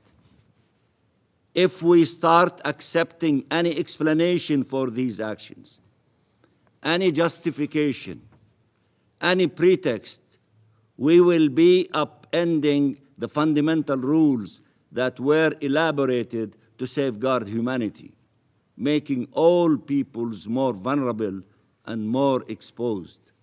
This is a crisis for Palestine of the highest order, and equally for the international community as a whole. Israel has declared a war on our international law-based order. It is attacking the UN, its Secretary General, UNRWA, and UNIFIL. It is attacking the ICC, attacking the ICJ, and breaching its authoritative opinion and its provisional orders under the Genocide Convention. What world is this where war criminals are shielded and judges are threatened, where peacekeepers are attacked and humanitarians killed? What world is this where civilians are targeted, killed, maimed, tormented, and traumatized with no protection, no decisive action whatsoever to stop this inhumanity? Gaza is the crossroad, and what you do there will determine where humanity goes from here. Gaza's fate will haunt the world for generations to come. You must act now, individually, collectively, within these halls and outside of them, to put out the fire before it devours everything on its path. Mr. President, violence is an impasse. What our region needs is not more killing, but rather a just political solution. The solution is not for one people to be disappeared, but rather for mutual acceptance and existence. It is not to kill and be killed, but rather to live and let live. That is the only path towards shared peace and security. The choice is simple: between occupation and freedom, annexation and independence, apartheid and dignity of universal rights, oppression and coexistence, a choice between war and peace. The current Israeli government has made a choice. It is obvious from the statements of its representatives, from the actions of its leaders, occupation forces and settlers. It is the wrong choice for all. And that is why, whatever action you take or fail to take are so important, because what happens next will determine which path we are on. For generations to come, we will do our part, but we cannot do it alone, nor can we do it for long if this continues. We are running out of time. The fate of the region cannot be left to be decided by those blinded by hate and fanatic ideology. It has to be determined by the law, by reason, by regard for all human lives, by respect for our rights and our common humanity, and by the quest for shared peace and security. We call on all states to act for protection of civilians, recognition of the State of Palestine and its admission as a full member in the United Nations, implementation of the ICJ advisory opinion, respect for international legal obligations without exception, without fear or favor. We call on them to act decisively to end settlement activities in the West Bank, including East Jerusalem, including by taking actions against the Israeli officials responsible before we see settlements built yet again in Gaza. We call on them to support initiatives for just and lasting peace through actions, not only words. A journalist asked me if it was realistic to expect an end of occupation when it was clear that the objective was permanent annexation. Asked me if it was realistic to speak of two-state solution when there was clearly no readiness on the Israeli government side to ever accept an independent Palestinian state. Asked me if it was realistic to speak of coexistence while a genocide was underway. My answer is that the only alternative to an end of occupation and the two-state solution and coexistence is perpetual war, ever more deadly. What is unrealistic is to think that oppressing an entire nation will lead to peace and security. What is unrealistic is to continue the same policies that have been tried for decades, yet expect a different outcome. What is unrealistic is to think that one side can simply eliminate the other. We warned then and we warn again of where this path leads us to. We have seen it time and time again. We are witnessing it now. We cannot allow for this to continue any longer. A different path is possible. If we reject this self-inflicted powerlessness, being realistic means refusing to surrender to a reality of death and destruction, of occupation and conflict, of hate and war, instead working together to chart a path that ends this genocide, ends this occupation, and ensures that our collective will for freedom, justice, and peace prevails over that reality. We will work with all of you to chart this irreversible path forward, and the first indispensable step is an immediate and unconditional ceasefire. We appeal to this Council to act now, and I thank you, Mr. President.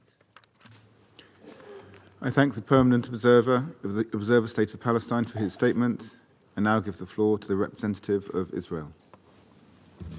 Thank you, Mr. President. Last week, we had the honor and privilege to accompany Ayelet Samerano here in the UN and stand by her as she spoke about her son, Yonatan.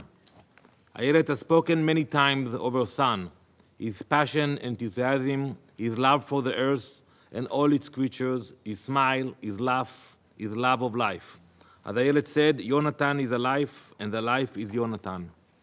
That life was stolen by a monster on the UN payroll. As seen on the video, Yonatan was thrown into the back of a truck and taken back to Gaza by an UNRWA employee. The monster who robbed the Samerano family of their son, of his smile, of his embrace, was cashing checks signed and sealed by the United Nations and the UNRWA Commissioner General. To say that Ayelet's pain is agonizing is a monumental understatement. Yet she has received no apology from the UN, no explanation, no any expression of regret.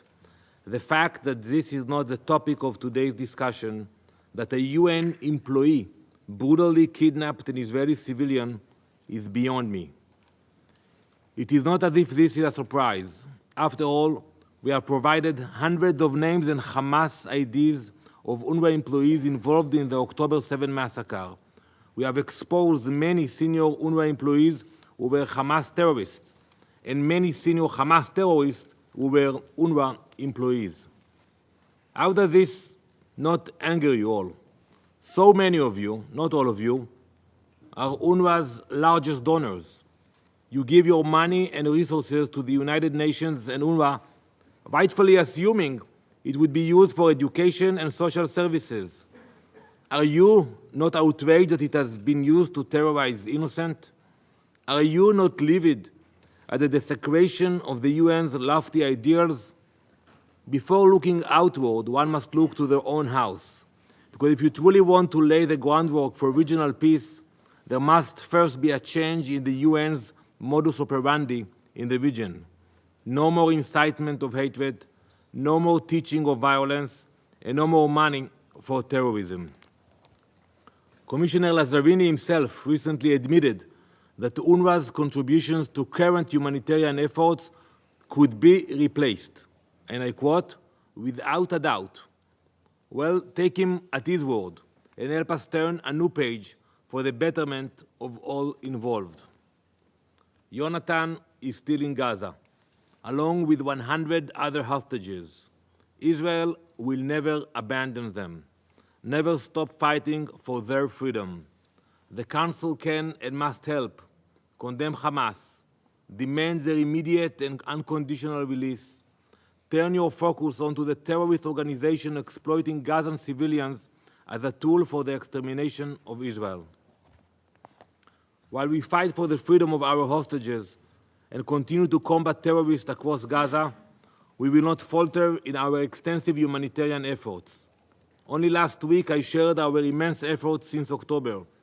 In the past 6 days alone, those efforts continue without relent. For example, last week, over 100 aid trucks entered Gaza through the Kerem Shalom and Kisufim crossings, as well as the Erez crossing in the north. On that same day, 15 trucks of goods from the UAE delivered to the Ashdod port and entered to northern Gaza. This was their second such shipment. It included over 2,000 pallets of water, medical equipment, shelter supplies, and hygiene products. Along with delivering aid, we have ensured the maintenance of essential infrastructure, 11 hospitals currently operate in Gaza, and additional 14 field hospitals. Meanwhile, we have protected access to water across the Strip. In northern Gaza alone, 112 liters are available per person per day. I am also happy to report that 50 trucks were collected on the Gazan side by international agencies. However, almost 900 remain uncollected as the aid wastes away. Our discussions require refocusing across all aspects, but our debates on the humanitarian efforts in Gaza are in particular need. While Israel facilitates the entrance of hundreds of aid trucks weekly via many crossings, there has been a failure of agencies to collect that aid. While we flood Gaza with aid, there is a drought of distribution. We will continue to fulfill our duties, but the UN and international organizations must step up in this respect. Not only must the UN step up to its aid distribution obligations, but the focus must also shift to Hamas's constant hijacking of humanitarian aid to feed their machine of terror and misery. Let me give you an example. 48 hours ago, together with other organizations, and UNRWA will verify what I'm telling you now, we coordinated the entry of more than 100 aid trucks which crossed Kerem Shalom crossing into Gaza. 97 of those trucks were violently looted by Hamas, with the drivers held at gunpoint. 97 out of 100 trucks. This is an example of the immensely challenging reality that we are facing. We will continue with our efforts, despite the Council continuing to ignore the true cause of the situation, Hamas and its violent greed. Week after week, some at this table villainize and demonize Israel, but your failure to identify the crimes of Hamas against the Gazan people exposes your true agenda, your true bias, and the blinding hatred that lies behind it. Colleagues, Israel is under attack on 7 fronts, including from our northern border, after Hezbollah made the decision to enter the war on October 8 in solidarity with their Hamas terrorist comrades. They fired over 15,000 rockets, missiles, anti-tank missiles, drones, and other such weapons at our civilian population. As a result, 70,000 of our civilians have been made internal refugees. Israel has been perfectly clear on what it takes to restore calm. First, Hezbollah must withdraw to the north of the Litani River, as outlined in Resolution 1701. Southern Lebanon must be freed of Iranian proxies, per Resolution 1559. No other country at this table would accept 70,000 of their civilians being displaced by a terrorist organization. No other country at this table would take any different steps than Israel. No other country would lie down and agree to that terrorist organization remaining on their border. The international community must join us in our efforts to restore Lebanese sovereignty to southern Lebanon, freeing the Lebanese people of their Iranian masters and enforcing the resolutions of this very council. Mr. President, there is a string connecting all of these crises, a common thread which has spilled blood in every corner of the Middle East. It is the same thread that runs a railway of death through Syria and into Lebanon, supplying and training Hezbollah terrorists to carry out their murderous goals. It is the same thread that armed and bolstered Hamas to commit the October 7 atrocities. The same threads destabilizing Iraq and Syria. The same thread that directs the Houthis in their attacks against international maritime trade. Iranian officials have themselves acknowledged their relationship with the Houthis. Their sponsorship of terror is not an open secret among nations. Iran shouted from the rooftop. In a report delivered to you last month, it was revealed that Iran's funds and weapons have transformed the Houthis into a military force, evidenced by hundreds of indiscriminate attacks against merchant ships, as well as UK and US warships over the last year. Now that global threat is steaming towards obtaining nuclear capabilities, we cannot and will not allow that to happen. Iran dreams of a vision of domination made possible by a nuclear arsenal. Iran's nuclear ambitions pose a threat not only to Israel, but to every member state of the UN. We all know that a nuclear-armed Iran would not hesitate to rain down destruction not yet witnessed. Confronting this global existential threat requires a coalition of the courageous. This Council must set the tone, condemn the Ayatollah's regime, impose crippling sanctions, and work with us to draw a line in the sand so the Middle East might heal from the damage Iran has caused. Mr. President, this is a moment for decisive action. The Council must rise to its purpose and address the true instigator of instability in the Middle East. Iran's blood-stained ambitions will only end when we collectively say enough. Before concluding, I must mention the efforts to pass a resolution in this Council which fails to outline the release of the hostages as a condition of a ceasefire. Such a decision would be a betrayal, not only of Israel, but of the 101 families and their loved ones being tormented by terrorist monsters. This includes Jonathan Samerano and his family, to whom the United Nations owed an unpayable debt. Israel will defend its people. We will never abandon our hostages, never forget them, and never stop fighting for them. That's why we started this war, I remind you. Make no mistake, history will remember who stood with us to uphold peace and justice and who allowed terror to flourish. I thank you, Mr. President. I thank the representative of Israel for their statements. I now give the floor to the representative of Lebanon. Sayyid al-Rais. Mr. President, it is my honor to deliver this statement on behalf of the Arab Group.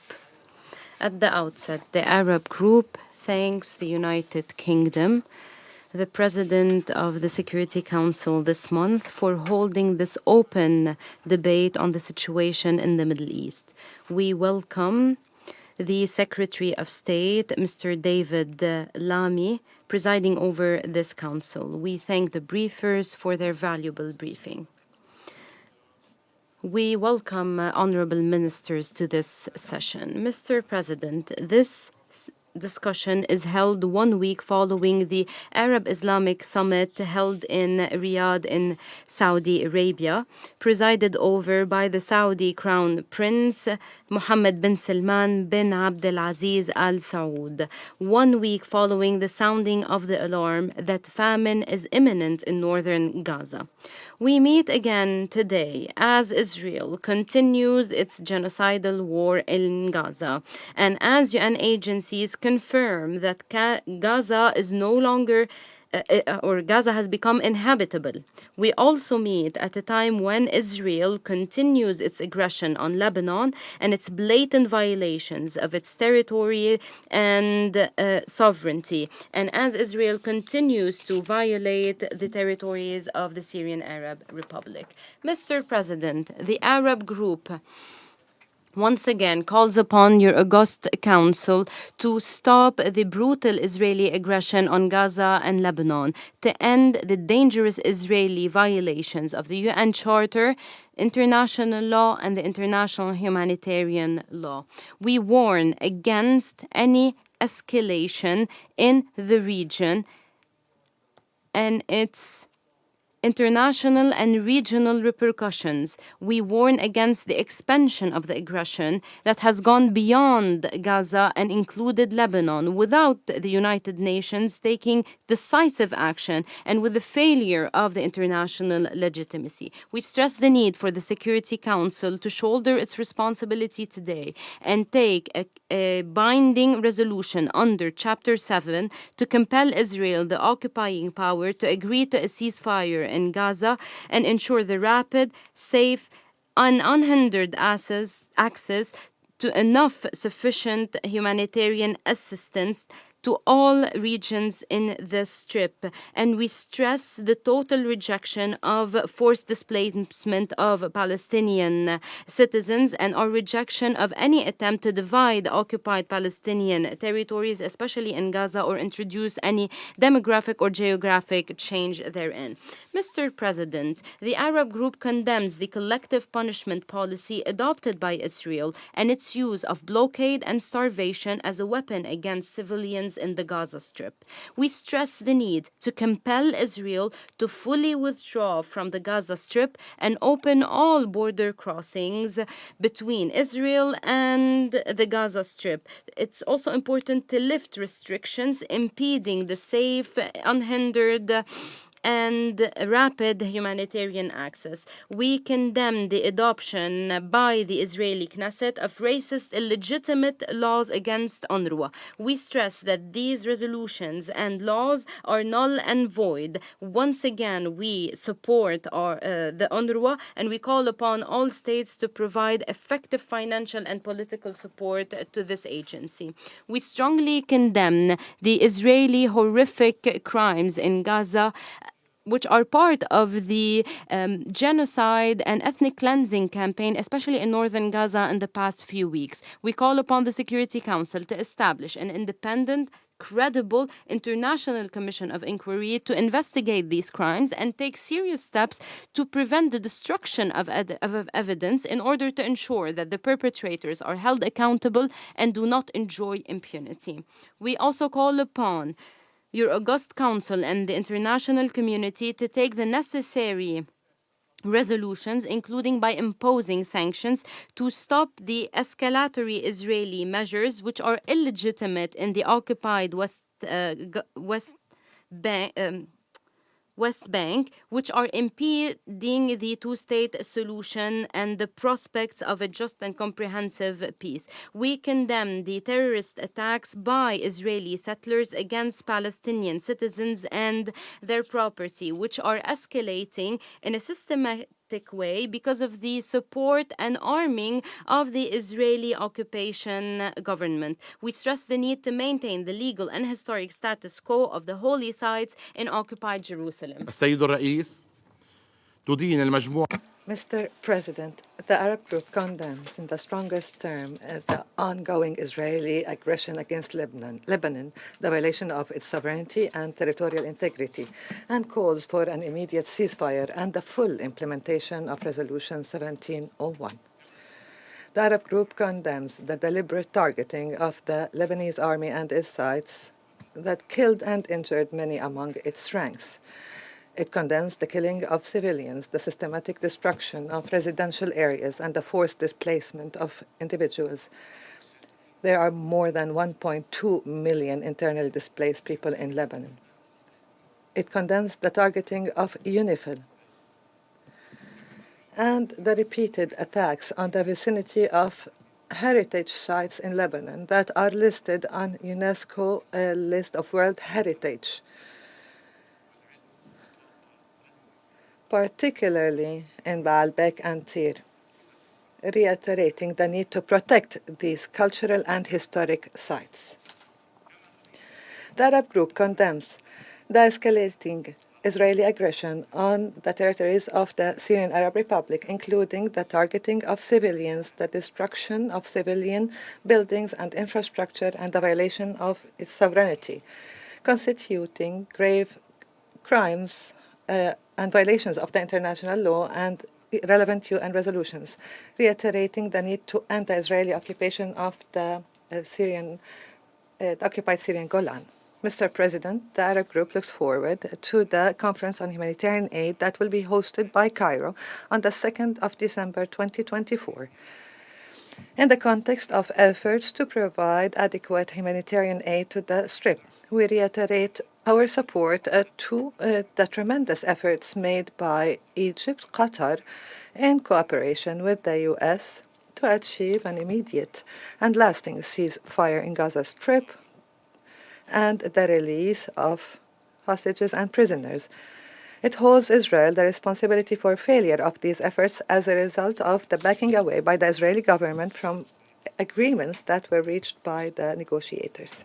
Mr. President, in conclusion, the Arab Group calls upon the international community to fully implement the advisory opinion issued by the ICJ on the 19th of July 2024 towards the ending of the Israeli occupation and its implications, and to pay reparations for the damages as soon as possible. It calls upon the international parties to launch a plan that has specific steps and timeframes under international auspices to end the occupation and realize the independent Palestinian state that is sovereign on the 4th of June 1967 borders with occupied Jerusalem as its capital on the basis of the two-state solution according to the relevant resolutions and the Arab Peace Initiative of 2002. The Arab Group reiterates that the just and lasting comprehensive peace in the region cannot be achieved without the ending of the Israeli occupation of all Arab-occupied territories. We thank those countries that have recognized the State of Palestine and call the others to do the same. We reiterate the importance for the State of Palestine to join the UN as a full-fledged member. Mr. President, allow me now to deliver the following statements in my national capacity. Israel continues its aggression on Lebanon and its people, its violation of the UN Charter, the international law, and the international humanitarian law, as well as the relevant international resolutions, primarily Resolution 1701. Israeli forces continue to carry ground incursions on border villages with the aim of reoccupying them, destroying them, and creating a buffer, scorched, unlivable zone. According to the latest report by the World Bank, more than 100,000 residential units have been damaged partially or fully.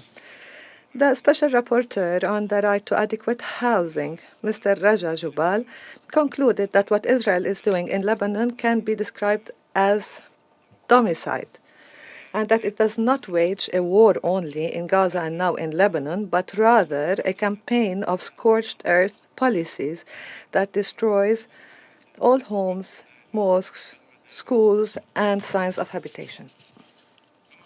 Israel continues the bombing of civilian establishments, emergency and healthcare centers, the vicinity of heritage sites, particularly in Tyre and Baalbek, that are listed on the UNESCO World Heritage List. More than 3,516 people are killed and 14,929 injured, including women, children, journalists, first responders, medical teams, as well as members of the Lebanese armies.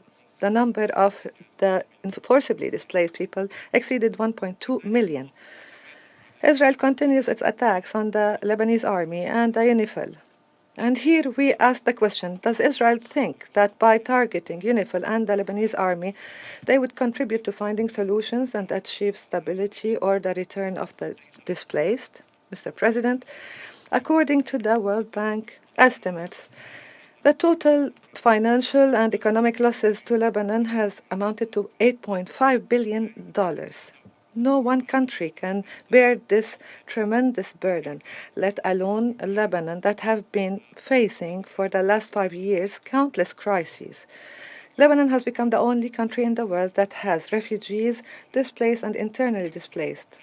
Here we call again and repeat our call to the brotherly and friendly countries to stand alongside of Lebanon in this plight, and we point to the establishment of a fund that will be replenished by contributions from brotherly and friendly countries that will be under UN supervision so that the spending for reconstruction can come under credible international audit and oversight.